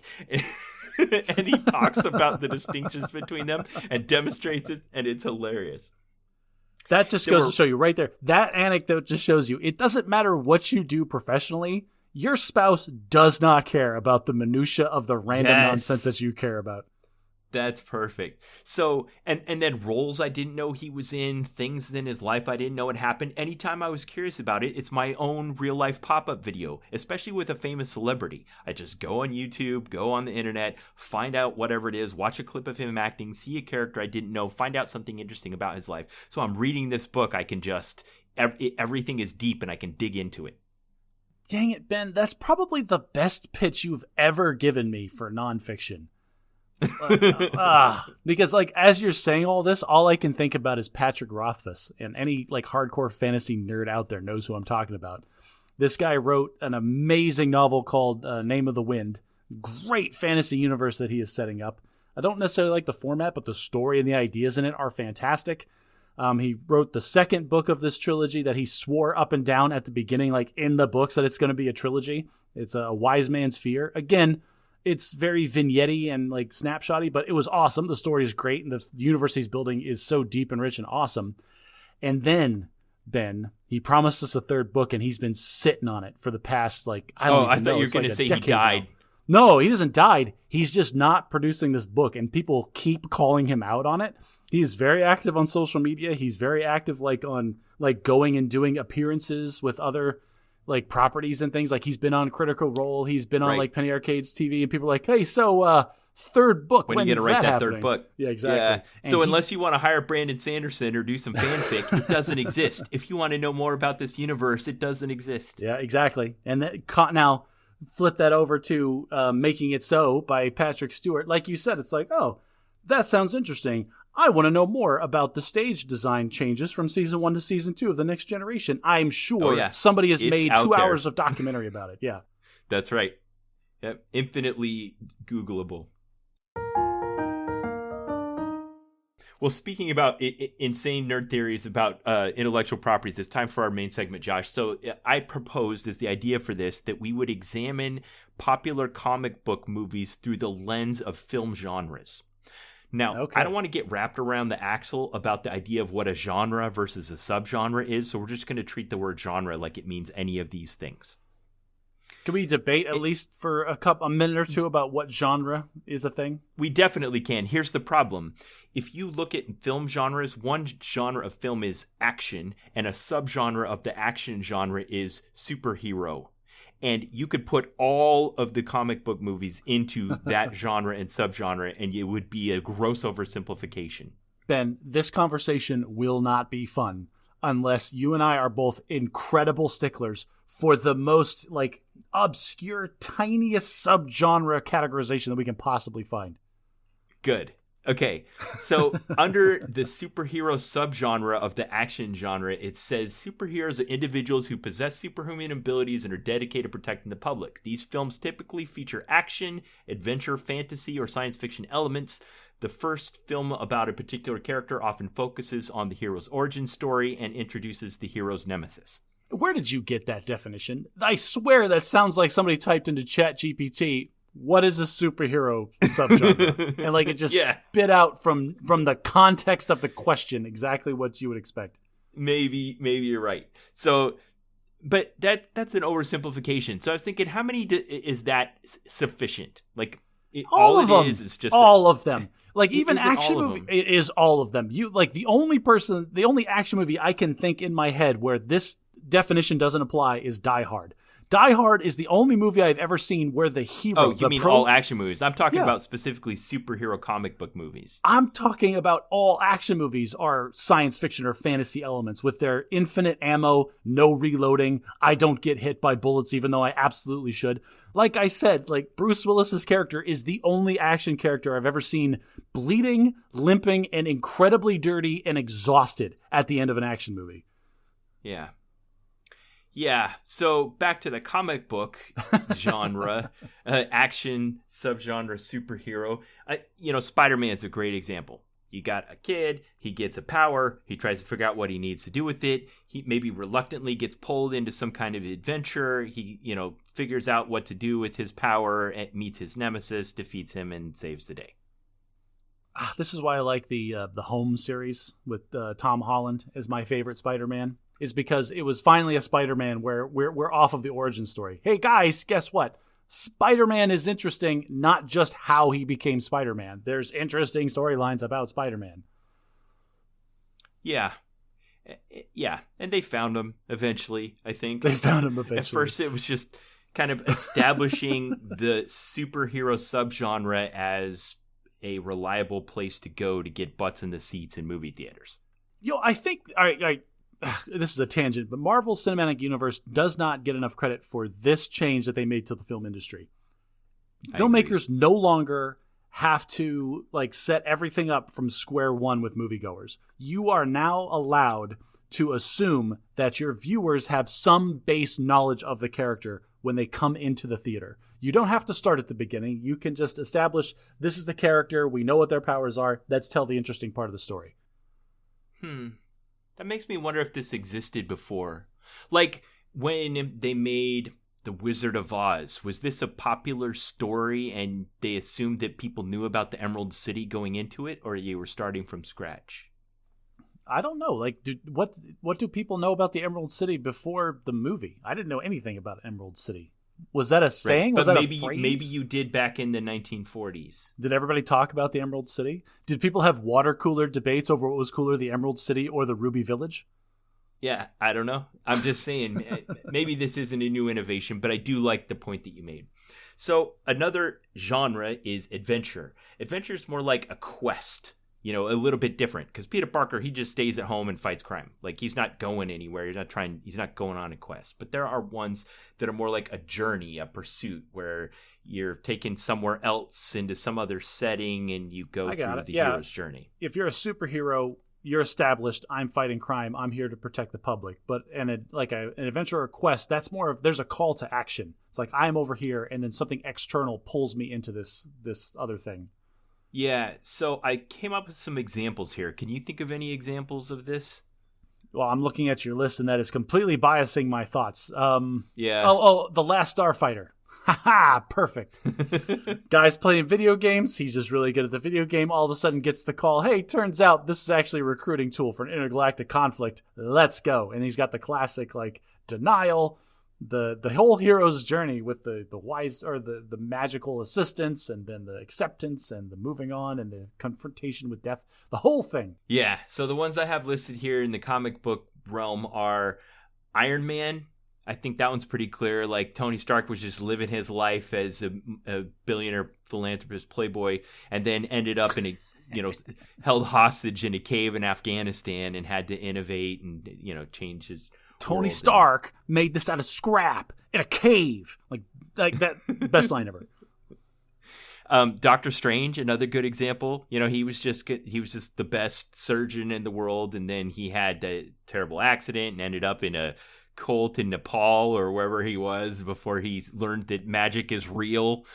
Listen, kids, don't text and drive, or else you'll be forced to go learn actual magic from monks in Nepal. Yeah. And then there's a mirror dimension, all those kinds of things. So another adventure example. And then to not be Marvel biased, I thought of an example in the DCEU, which was Christopher Nolan's Batman Begins, where you have this kid who was just living the life and ended up, again, in a cult in Nepal. I hate the DCU. Not just the DCMU, but the DC, the whole thing. The DC comics don't make sense to me. Everything is way overpowered, inflated. I'm just griping about DC. Aren't I? Not the Christopher Nolan Dark Knight trilogy. I do agree with that. It was very cool seeing Batman become an actual ninja. Yeah. But I don't know. All right. I don't. Is that a call to adventure? He was just in a prison, and a dude showed up you could be useful because you're rich. Does that count? But the call was this cult of learning to fight has a higher purpose of purging the world of sin. How do we go about doing that? And then they come to a disagreement on what the right way to do that is. He decides it's one way, they decide it's another way, and they become at odds, and then this epic conflict arises. I don't know. Let's go through the rest of the subgenres, because I don't know if Batman Begins fits perfectly in a quest. Okay, good. I like that we've disagreed on one already. So another genre is drama. There's a lot of different kinds of drama. One particular subgenre of drama is crime drama. So I know we don't think of comic book movies as crime dramas, but I was surprised how many there were. Crime films in the broadest sense is a film genre inspired by and analogous to crime fiction literary. Films of this genre generally involve various aspects of crime and detection. Stylistically, it may overlap with other genres such as drama or gangster films, but include comedy. Okay, so to differentiate these from the other ones, where we have our superhero who is just defending the public, we have our call to adventure, pulling somebody out of their seat. This is the protagonist has a specific wrong that he's trying to right, and the movie is about the procedure or about the journey of tracking down this one thing. Yeah. Okay. I think Daredevil's a great example of this. You know, like the chief antagonist is who's Kingpin. Who's the Kingpin? Yeah, who's a mobster, right? Yep. So Daredevil's interaction with him and conflict with him is going to be centered around mob violence and culture. I don't know. That feels more superhero-y to me. I feel like the crime genre is specifically like the detective version. I'm not just going around doing this. This is a mashup of the crime genre and the superhero genre? I think it blends the two. Yeah. Are we talking about Ben Affleck's like Daredevil, the really bad one? I was more thinking of the Charlie. I can't think of his last name. The series on Netflix. The latest incarnation. Yeah. Okay. That one I can get more behind, being like a crime drama. Yeah. Yeah. Now, another one that was really clear to me that it's a crime drama is the second movie in the Christopher Nolan Batman trilogy, The Dark Knight. You know, Joker is infiltrating this crime ring and utilizing them to try to bring out this chaos in society. And almost the whole thing centers around the grip that the crime syndicates have on Gotham and Batman trying to fight them and Joker trying to take over them. It was really all a crime drama. Okay. All right, I'm going to take another tangent here. This is something that I heard Matt Parker and Trey Stone say in like kind of a TED Talk. They're doing a big interview, and they're talking about their story writing process for South Park. And it's crazy where these profound storytelling ideas come from, but these guys had nailed it. And they said, if your story structure is this happens, if it's and, the key word there is and. If your story structure is this happens, and this happens, and this happens, that's a bad story. Your story structure should be but and therefore. This happens, but this happens, therefore this happens. And like change the words in like the actions that happen in your story. I feel like tell me how that works. I'm not grokking it. Okay, so the idea is that things that happen in the movie should then impact and change the things that happen later in the movie. Okay, it shouldn't just be a series of events that happens. That's a logical progression. That's a bad story. Got it. It should be like the characters have influence. Like because the character did this, that impacted the story this way. And I feel like a lot of these Batman movies are they're very like, oh, Batman is fighting crime and the Joker shows up and Batman fights the Joker because he's there. Okay, I just recently rewatched the Batman Christopher Nolan trilogy. And you don't say. Yeah, they stand up, and that one in particular, like, yeah, I haven't thought it through enough to think about whether it fits the mold of what you're saying, the and mold or the but therefore mold. Well, and here's the thing: this is the difference between enjoying yourself and then like reading the code in the Matrix like you do, right? Like the first time I watched all the Batman movies, I was immersed enough not to think about this until the third one. The third one when Bane shows up in like a football stadium, I was completely out of it. I'm just done. This makes no sense. This does not happen in real life. You don't get to take over a city in the sovereignty of the United States indefinitely for any length of time. That's not a thing. They went to great lengths to give that particular plot device armor. Like, we have a nuclear weapon, it's roaming around the city, no one knows where it is, they could blow it up at a moment's notice, therefore everyone stays out. that might pass for a civilian. Somebody that has no understanding of the full might and capabilities of the modern U.S. military. Do you have any idea how well trained and how good SEAL teams are? All of them would have died in their sleep without having known anything that was happening. Yeah, I'm with you.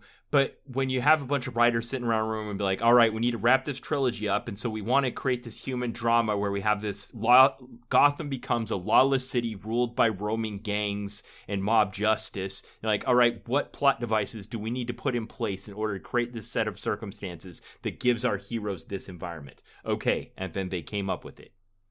So back to what I was trying to get to before we went down that rabbit hole. I do like the Christopher Nolan Batmans are good. They're fun to watch and they're entertaining.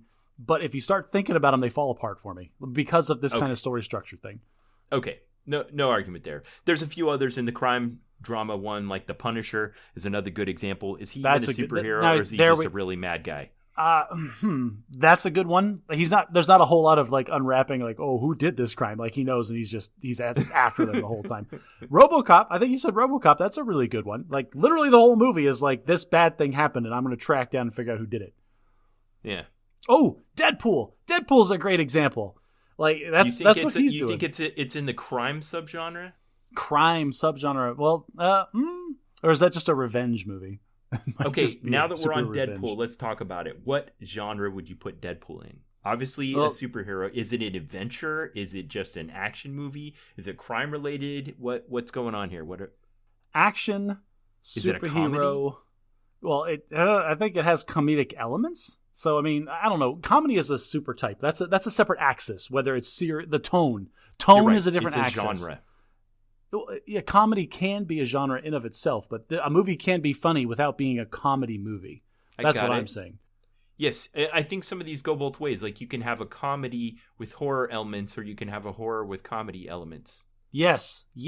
And I know you're thinking of Cabin in the Woods.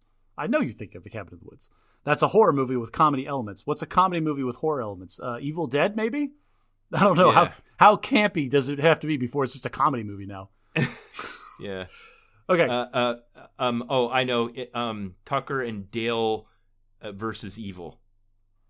Oh, I don't know what that movie is, but now I'm thinking of what's the movie, that British movie where zombies happened, and it's not 28 Days Later. No, that's a real one. Yeah, that's another good example. It was. Oh, dang, I can't think of the name of it. It's Simon Pegg, the guy who played Scotty in the new Star Trek trilogy. Yes, and they're just like in a bar at the end, like holding down the fort. Yeah, that's a great. Yeah, that's a comedy horror. Another good movie. Example. Yeah. Yep, versus a horror comedy movie. Okay, so another subgenre I want to talk about is the caper or the heist. Ah, yes, heist movies are very formulaic, but I mean they exist and they're fun. Yeah, so I'll read the definition. The heist film or caper film is the subgenre of crime films, and the caper story focused on the planning, execution, and aftermath of a significant robbery. Now, no, that's not all. No, hang on a second. That's like that's like the front page. That's like what you tell people a heist movie's about. When you're writing a heist movie, it's like, okay, there is a crime, but then there's a surprise twist and a backstab, and then there's like another like assembling the team that has to happen to like get even, and then it turns out something that you thought was happening was a part of the plan all along. Like that's the story elements of a heist movie. Yeah. So here's one of the points I want to make, and that is that even the comic book movies have used this particular template to great effect. So the first one, obviously, that comes to mind is Ant-Man. You know, it's got a lot of the elements. It's about heists, yeah. I'm with you there. But hear me out here. I think Avengers Endgame is a heist movie, at least partly. Endgame is a heist. They're assembling a team. They're trying to steal. Yeah, you know what? Dude, I'm on board. I think Endgame is a heist movie. You're legit. They did the whole thing. They went around, they collected the team. They had a plan. The characters, they got the problem, they got the plan. There was the twist when Steve Rogers came back as old, and it turns out it was part of the plan the whole time. Yeah, it's a heist movie. Also, okay, minor gripe about Endgame. How are you going to set up your time travel device in a public place, in a park, and not check that there's random old dudes sitting in a bench like 50 feet from where you are? Yeah. All right. no arguments there on the caper heist. War films. Ooh. Did Steve Rogers, did old Steve Rogers exist in that bench before current Steve Rogers went back? Ooh, did Steve Rogers? I started have thinking to go about back? that, and I decided I didn't want to go down that. That's one of those time path. travel paradox things, right? Because if old Steve Rogers was there the whole time, that opens up a lot of questions, like why didn't old Steve Rogers show up and fix everything before it happened? Versus. Or when Margaret was sitting there in bed dying and young Steve Rogers was seeing her there to the end, was old Steve Rogers hiding in the other room to not come in and interrupt? They were married the whole time. Old Steve Rogers had to make himself like unavailable when new Steve Rogers. Ben, you just blew my mind. Like that's such a heartless thing to do. Did old Steve Rogers ever admit to Peggy that he made out with her niece? Peggy, that's it. Peggy Carter. Okay, so war films, subgenre of the action film. This is every Captain. Real. Actually, no, it's not every. It's the first Captain. No, America. it's not though. Yeah, it's just typically Captain about America. naval, air, or land battles with combat scenes and stuff. It could be historical or non-historical, but I was trying to think what are the examples of this. Obviously, Captain America: The First Avenger, set in World War II. The driving force is the conflict between nations. Yes, Captain America is a part of a larger war theme. Yeah. Another one was Wonder Woman. With also Chris Pine also weirdly set in World War II. How did Steve Rogers? No, that one was set in World War I. Oh, was it World War I? Okay. Yep. Yeah. Yep. So where was Wonder Woman during World War II? Should have run into Captain America several times. Of the Avenger movies, I think Infinity War was more of a war movie than Endgame was. Endgame had that one great battle at the end, but Infinity War was, the conflict on the plains in Wakanda between the forces of Thanos and the Avengers. All Avengers movie have war elements with the disposable CGI army in the third act. That's just how all Marvel movies wrap up these days. But I'm going to disagree with you. I'm going to say Infinity War was either just a generic superhero movie where heroes are just there to defend and then the bad guys came on the offense, or it's a heist movie from Thanos' perspective. Boy, now that makes me wonder how many movies are two different genres when you view them from the perspective of the antagonist. I don't know what Disney executives listen to our podcast, but I want a new remake of Infinity War 100% from Thanos' perspective. The whole thing. Okay, we don't even see the superheroes. You're right. You're right, Josh. They already have been doing this. If you haven't noticed, Disney's had this trend lately of making movies about our antagonists where they now look at it from their perspective. For instance, the one where Angelina Jolie played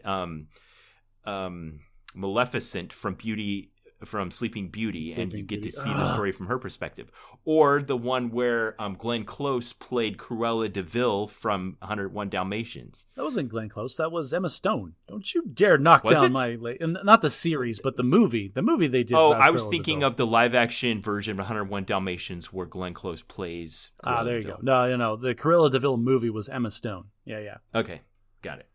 All right. So I hate that because they try to turn the antagonists into protagonists. Like, oh, their actions are totally justified, and we live in a world of gray. There's no moral black and white. Maleficent was Disney's one, no kidding, hands down, there is no debate, straight evil character, and they try to make her relatable. Get out of town. That witch cursed a baby with death because she wasn't invited to a party. Objectively, hands down, nothing but evil. No way to redeem this character. And they tried anyway. And they tried like, oh, she actually loved her, and she tried to take it back years later. Shut up! You cursed a baby with death. All right, another genre is the thriller, and in the thriller subgenre, there's political thrillers, and in that, there's the sub of spy movies. Is spy a subcategory of political thriller? Or are they neighbors? I think figure this one out, Josh. Is it its own genre?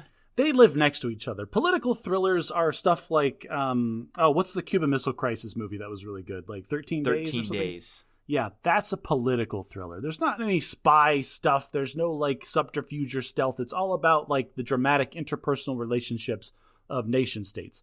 But a spy thriller is really about like, I don't know who to trust and I'm on the run and there's like MacGuffins that I need to take care of and mysteries I need to solve, that kind of thing. Okay. So obviously I think this is what gave rise to my favorite movie in the Marvel Cinematic Universe, which is Captain America: The Winter Soldier. This was the one where we went from each movie just kind of being minor dunkets and building blocks to actually there being real stakes. Like, the Avenger Initiative gets out of control, Hydra is revealed, the whole world, everything is questioned, Captain America's on the run. This is a spy thriller. All right, so I don't know how hot a take this is, but this is my personal opinion. I think that Captain America Winter Soldier had the potential to be a much more thought-provoking and brave movie than it ended up being. And here's what I'll tell you. Like, the whole movie is about like Captain America specifically questioning the moral ethics of implementing a system to try to stop crime before it happens with these helicarriers that were going to be automated and target specific individuals and all this stuff, right? And have this mathematical algorithm that could determine people's intent and if they would ever be a threat to the government. So here's the thing. That conversation is Captain America, this moral, upstanding person, like having a disagreement with a police state. Having a disagreement with a political structure that's like trying to like cramp down on freedoms, and he was opposed to that. But then, like, when I thought, I was like, wow, this is going to be really thought-provoking in a post-9/11 world, talking about what steps a nation should and can take to secure itself from domestic terrorism. And then they completely pulled out of that conversation, like, oh, no, it's Hydra. They're objectively bad guys, and we need to objectively take down the evil people. I see. So you think it was a cop-out to have it be this secret organization that probably couldn't and shouldn't have existed. They should have just let it be the actual government and people in power that were doing that. I think it would have been a much more impactful movie, and people would have walked out thinking a lot more about if it had just been like, no, this was legitimately something that the U.S. government was taking, and they had a pretty hot take, Josh. You like that? Yeah, there are clear steps. It was a cop-out to blame it on a comedically evil hidden organization. Yes, it's like, oh no, this isn't real. We don't want you to walk out of here questioning your political views. It was Hydra. They're bad guys. Bad guys are bad. Yeah. Okay. I'm on board. Captain America Civil War, I think, was also kind of a political thriller in that, ultimately that we have the government questioning whether or not the acts of superheroes should be governed, and there's this rift amongst the superheroes over this question. And I think you're thinking of Captain America Civil War. I think that was... Yeah. Yes. Oh, so is that what you said? Oh, you did say Civil War. You're right. That is definitely more of a political thriller with asking the question, like, if superheroes existed, how do they interact with a government body? So for the 3 Captain America movies, we have a war movie, a spy movie, and now a political thriller. So that's why the Captain America movies are the best ones. We can't have them anymore because he's old. What about the subgenre? Hang on a second. I'm going to spitball this again. Here's old my Captain America? Pitch. No, not old Captain America, but here's the thing. He went back in time, right? So he still exists in this timeline from World War II all the way to the present day. Ooh. I'm on board already. Give me an older Captain America with like gray in his temples being called up by the U.S. government to go fight in a Cold War. Nice. You like that? I want Captain America like questioning the U.S.'s position in Vietnam. This could be really cool. I feel like all those movies have been made already. Hollywood stopped using the Soviet Union as our bad guy anymore. But maybe we can't change who the bad guy was. I'm doing air quotes. You can't change the bad guy from the 1980s from the U.S.'s perspective. Oh, there's maybe Captain America could find out Russia wasn't necessarily the bad guys. Maybe it was Hydra working both sides against the middle. Like, there you go. Like Marvel, I'm giving you so much material here. All right, the next genre I want to explore is myth or fantasy. Now, this one are films that are defined by situations that transcend natural laws and or settings inside a fictional universe with narratives that are often inspired by or involve human myths. So this is just retelling of like old stories, or how does this? Is this the obvious low-hanging fruit here is Thor. Thor is this Norse mythology, right? Yes. And then he turns out to be real. And their universe isn't like ours. They don't really have technology. They just have magic, and they fly everywhere on rainbows with hammers that they swing around, and they're immortal. And so, I like to, back in the day, I would explain Thor as like, oh, well, any sufficiently advanced technology is indistinguishable from magic, and that explains all the magic in Thor. And then Doctor Strange came out, and no, there's actual magic. Yeah, it's like, okay, great. So Asgard is just both super advanced technology and magic. Okay, well, fine, whatever. Okay, the myth, I don't know if myth is a subgenre. I don't know if myth is just almost a skeleton or something we can build off of to retell different stories in whatever genre that we can make fit. Okay. Then let's look at all 4 movies in the Thor quadrilogy here. What would you give them? The first one. Okay. What would you give the first one? The first Thor is a redemption movie. You start out with this super terrible, objectively like frat boy type person being stripped of all of his privilege and having to like live like a muggle for long enough that he like learns what it means to be in the role that he was supposedly in the first place. I'm gonna give it a different one. This is my hot take. The first Thor movie was a Western. The first Thor movie was a Western. He's in a small town, and random dudes walk up, and he's got to fight them as they come.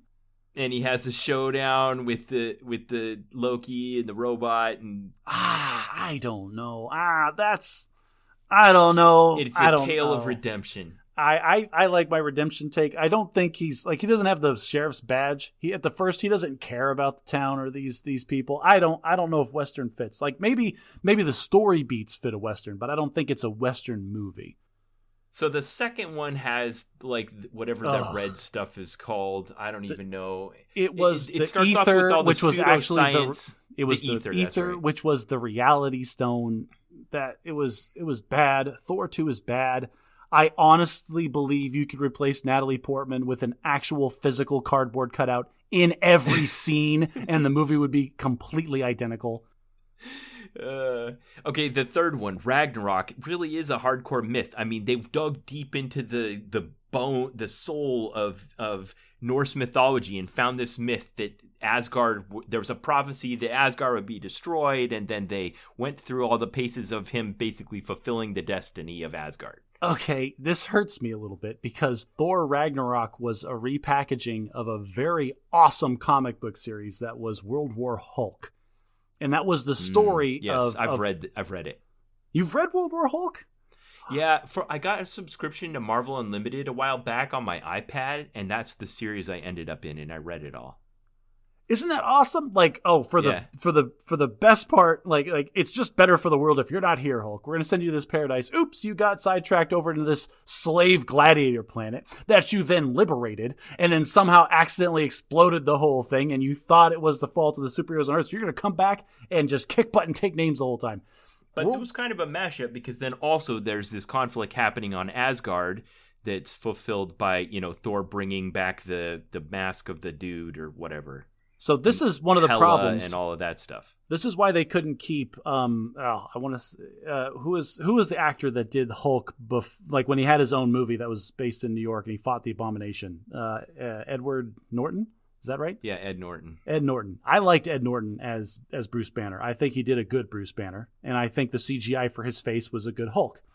But he didn't want to come back for the greater MCU stuff because they told him, we're not going to give Hulk another dedicated movie. They don't do good enough. Instead, we're going to weave the Hulk's character progression and storyline into all of these other movies. And he didn't like that. He wanted his own dedicated movie. And that's where they got Mark Ruffalo, who, in retrospect, awesome Hulk, great Bruce Banner, big fan.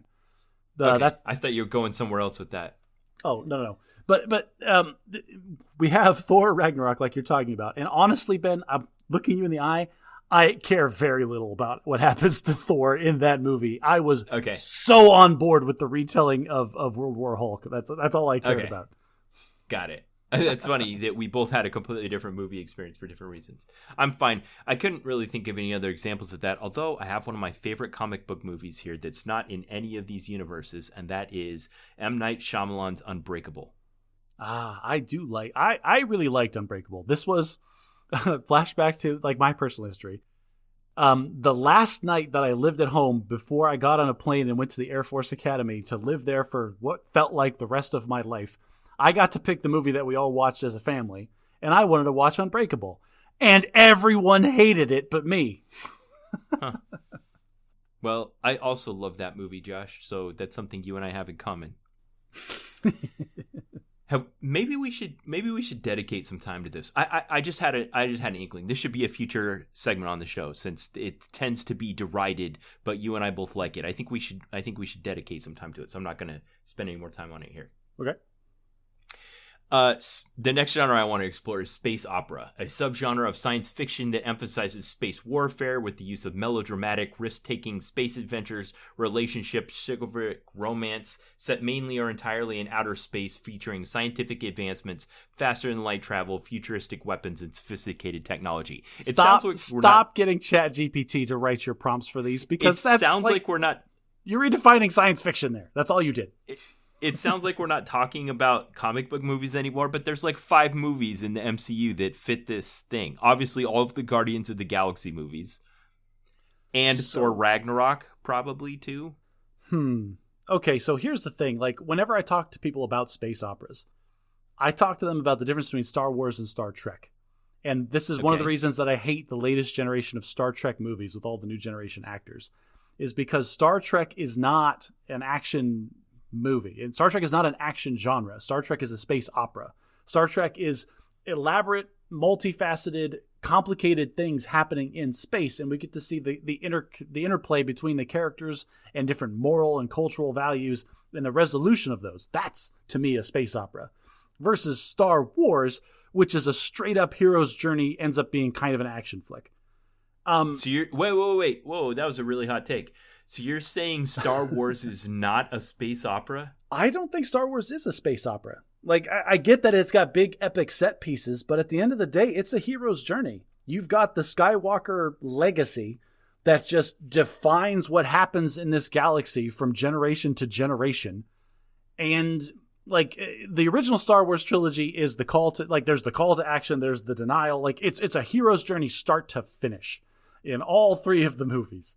And then the prequels is... the prequels... Oh, God. I hate the prequels, but they are more of a space opera than they are action movies. But here's the thing. That's why people didn't like the prequels. Hot take. That's why people didn't like today. That's why people didn't like the prequels. It broke the formula that we wanted for Star Wars. Who cares about these trade disputes? I don't care about the weird interplay between the Galactic Senate. That's because you came here for an action movie. Your expectations were disrupted, and you're watching something that's more complicated, and you don't like it. All right. What about Guardians of the Galaxy? Are they a space opera? I don't think so. I think they are an action movie set in space. All right, hang on. What happens in the first Guardians movie? The first Guardians movie feels, well, there's a heist element, but that's not what it's about. What is it? What is the first Guardians movie about? It's about Peter, gosh, I can't remember. It's kind of a heist movie because he's assembling his team with Rocket and Groot, and then Gamora steps in. They were in the prison. End up in prison. They had to break out of the prison together, and then now they're working on trying to get the Power Stone. It's a bad guy with the purple stone, and they got to get it back. Well, no, it's kind of a heist. They're trying to sell the Power Stone to the Collector. That was the job that he was originally hired for. And they find out that it's one of the Infinity Stones, and that's when Ronan the Accuser shows up, steals it, and he's going to go destroy, I should know this, like Xander. That's what it is. And then they have to team together and stop him from doing that. So it's kind of an action-y heist movie. Okay. No argument there. I don't think any of them then fit that definition. Your definition of space opera is too narrow. Okay. Oh, is it? So I reject your definition, and now we're moving on.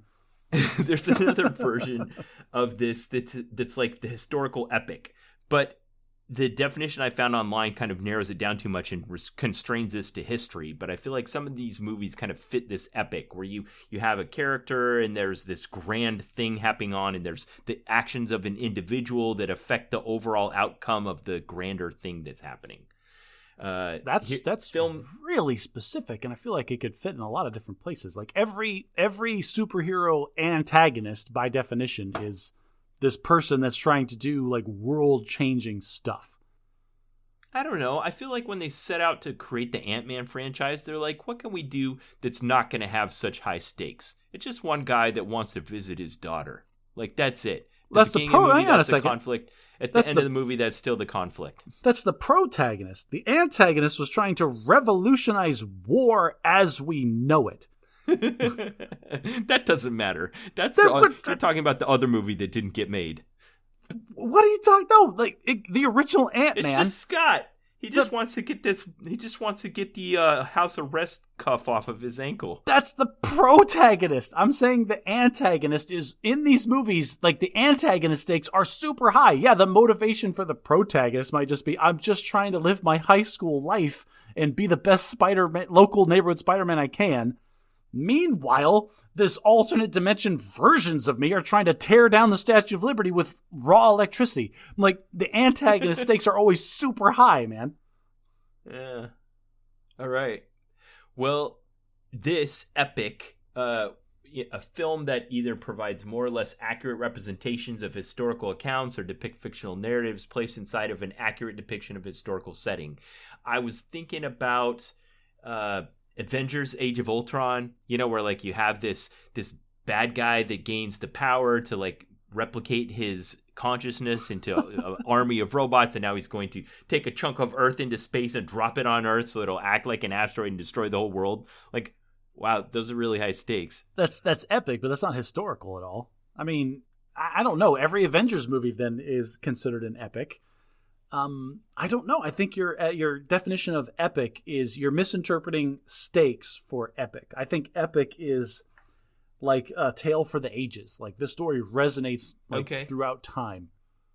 So do you feel? So what do you feel like meets that requirement then? Ooh, pass. I was thinking about Black Panther. You have this transition in the power of kings that comes after an assassination and a struggle for power amongst two warring tribes that leads to a conflict and ultimately resolved, and everyone comes to a consensus on the ruler of the kingdom. I get what you're saying. And that, again, those are very high stakes. Is that epic to me? I don't know. I'm trying to think of a movie that resonated with me so hard that like, oh, this tale is epic. This is it. This is what I'm going for.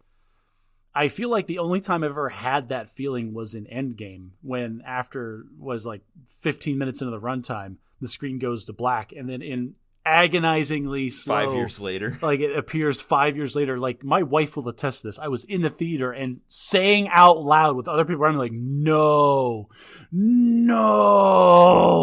like just feeling the weight of 5 years of terribleness and the whole universe happening. I don't know. Yeah. But now maybe I'm mistaking stakes for epicness. I don't know. I have nothing for my own definition of epicness. Yeah, because the most epic moment in the entire MCU I can think of, well, the DCU, I did enjoy the scene on the prison barge where they were having the decision whether or not to blow up the ferry full of civilians or the prisoners. That was a pretty epic moment to me. That's a very prisoner's dilemma thing. That was all right. I will give you that. That scene was awesome with the big old like mean inmate, like, give it to me and I'll do the thing you should have done 10 minutes ago. Took it and just chucked it out the window. That was awesome. Yeah.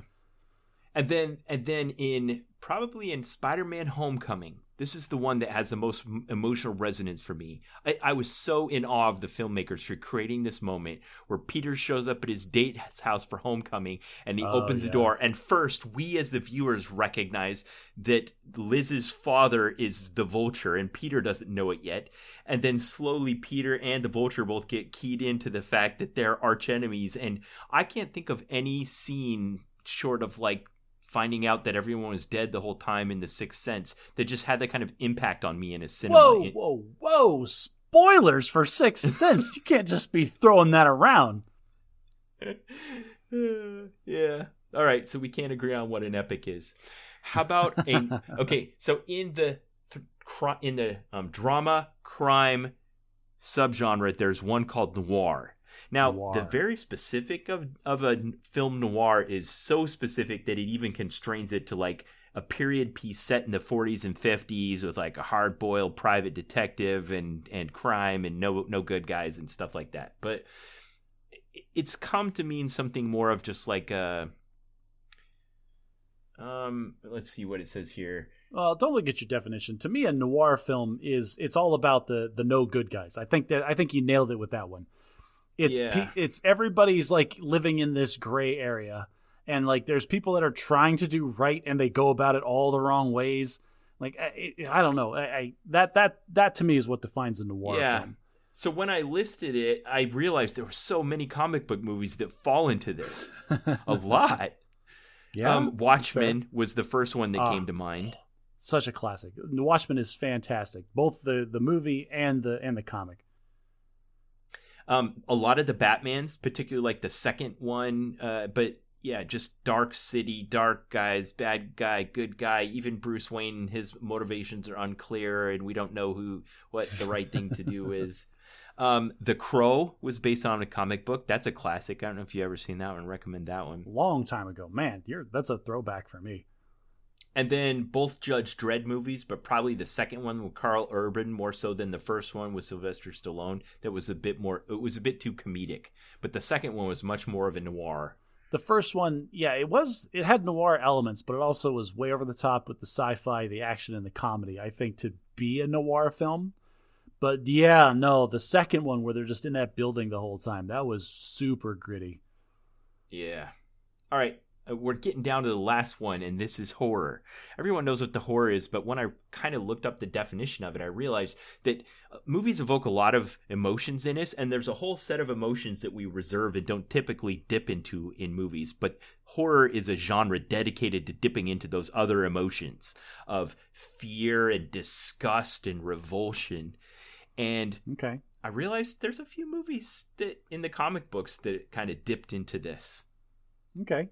Yeah, their latest attempt to do a horror movie was Doctor Strange in the Multiverse of Madness, which was so weak sauce. It was so like, oh, we're trying to do horror, but we want to be PG-13, so this is the best we can do is a couple of jump scares for no reason. Yeah, and the director, Sam Raimi, who directed the original Spider-Man trilogy, first cut his teeth and made his reputation as a director being a horror movie director. So yeah, you're right. Maybe they tied their hands too much. Some others that came to mind are the Blade trilogy from back in the 90s, which was a good horror comic book franchise. Vampires and werewolves and all that. And the Hellboy, whatever it is, trilogy, duality, I don't know. Maybe a couple of movies they made about Hellboy. Which one? The one with Hugh Jackman? Hugh Jackman. Yeah, that was kind of... So, all right, let me pick your brain because I'm not a huge fan of horror. I don't like horror movies. What defines the difference between a horror movie and a suspense movie for you?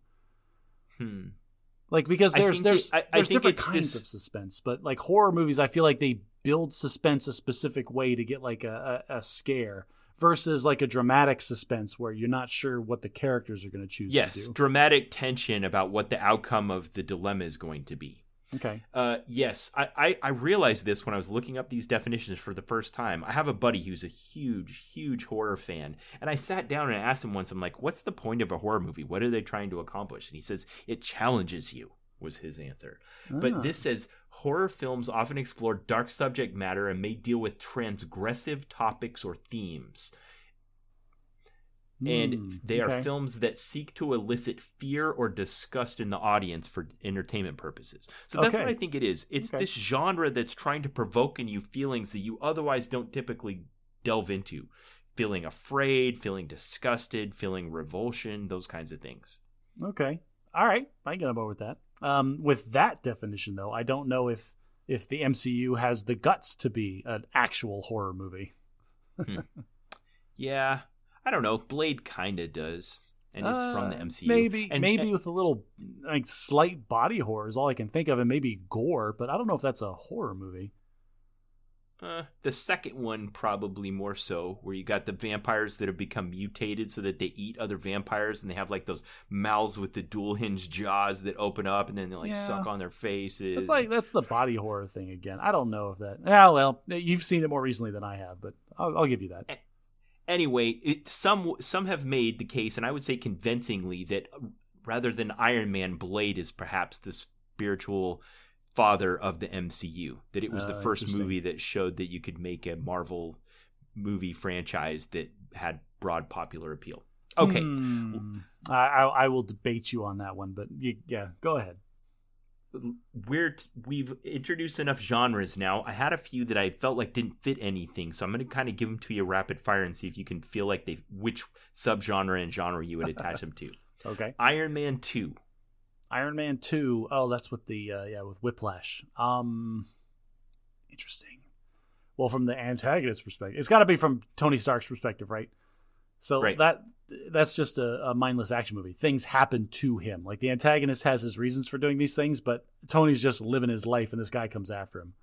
I'm going to say this is a political thriller. The real source of the drama is the tension that they're having now that Tony's invented the Iron Man, and the government doesn't like the fact that he's doing things unilaterally that they normally have a monopoly over. And so they're trying to contract out Justin Hammer as a competitor to Tony Stark. Okay. You know what? I'll give you that one. I'll go with that. Okay. Iron Man 3.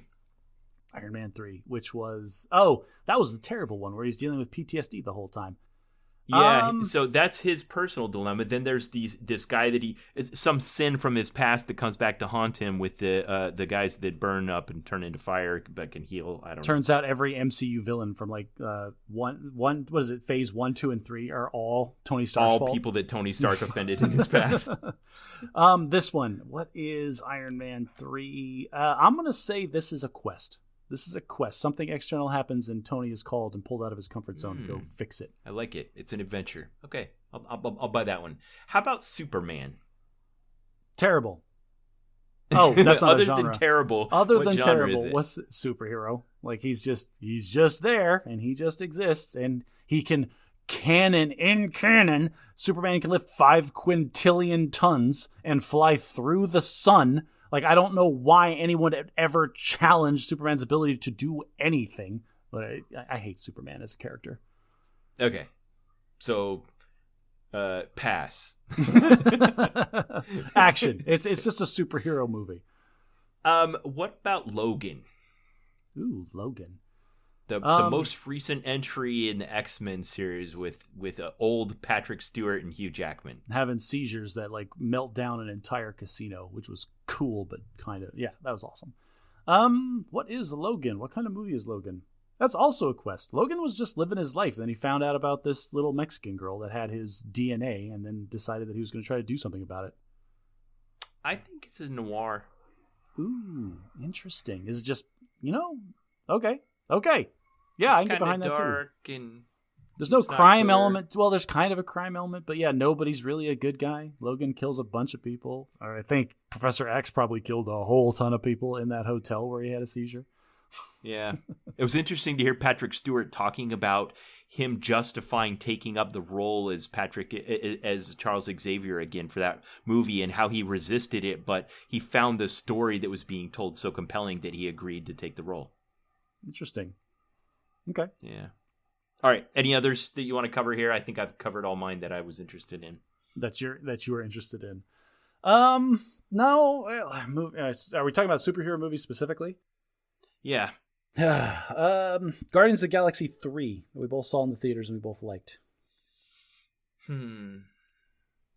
Mostly about Rocket getting like hurt, and then we have to like fix Rocket, and that ties us back into like his origin story and was like some creator guy trying to make the perfect universe. Okay, this did get into something that we didn't touch on yet that I want to talk about, and I think Guardians of the Galaxy fits in the same genre as the X-Men universe, which is at the heart of the entire X-Men thing is this conflict of like racism and otherness and separation and exceptionalism and those kinds of things. Would that make it like a political drama then? Like people, like whatever the team is against the culture or the current climate that they exist in? Yeah.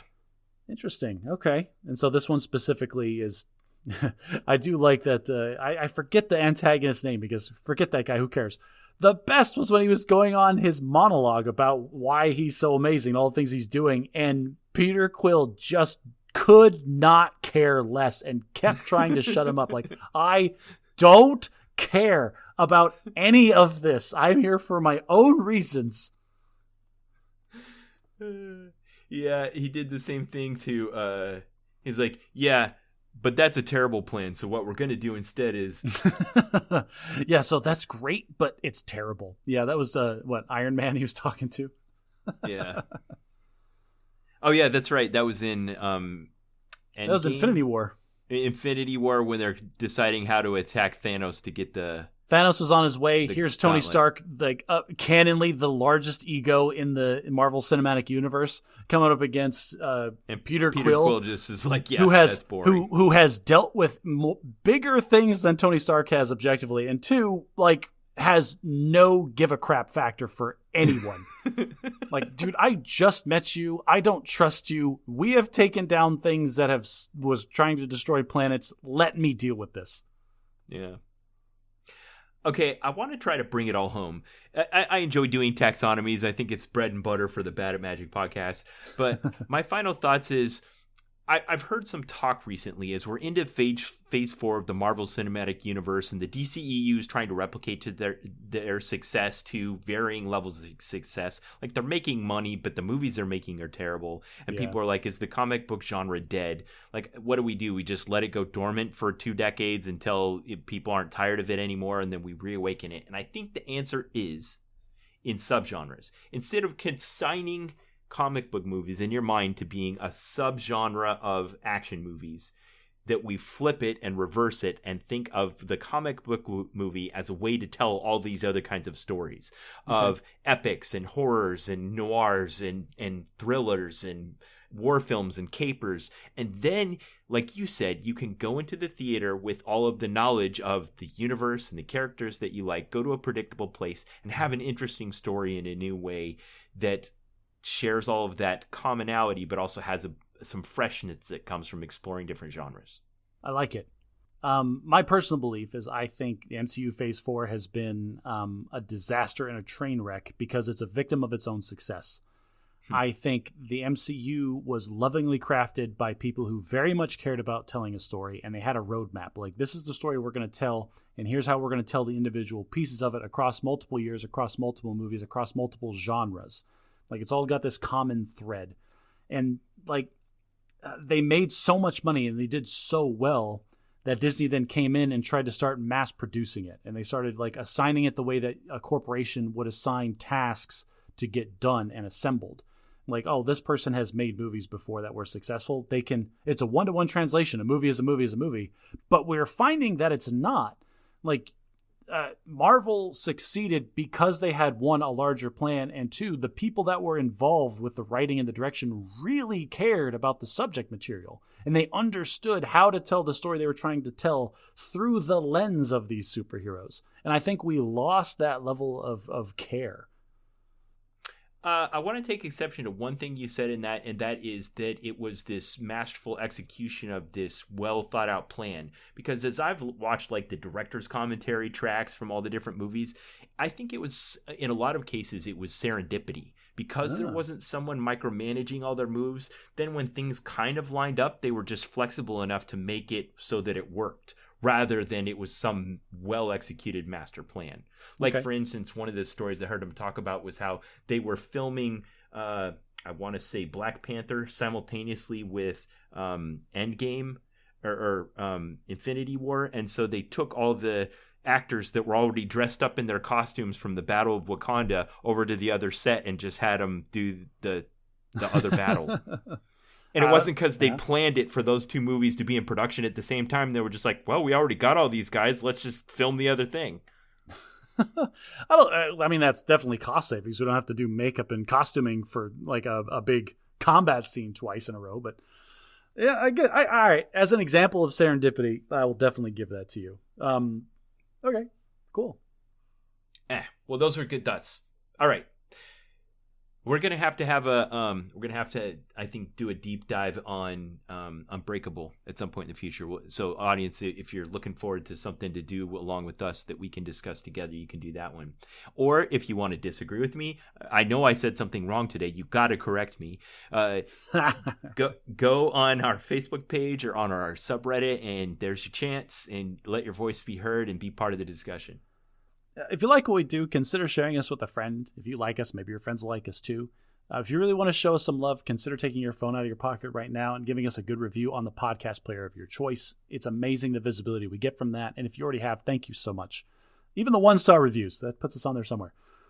If you want me and Ben to take a day off and talk about movies and like what are our deep and profound thoughts about fiction that nobody cares about, from now until the end of time, consider becoming a patron on our Patreon page. And until next time, try to be a little less bad at magic.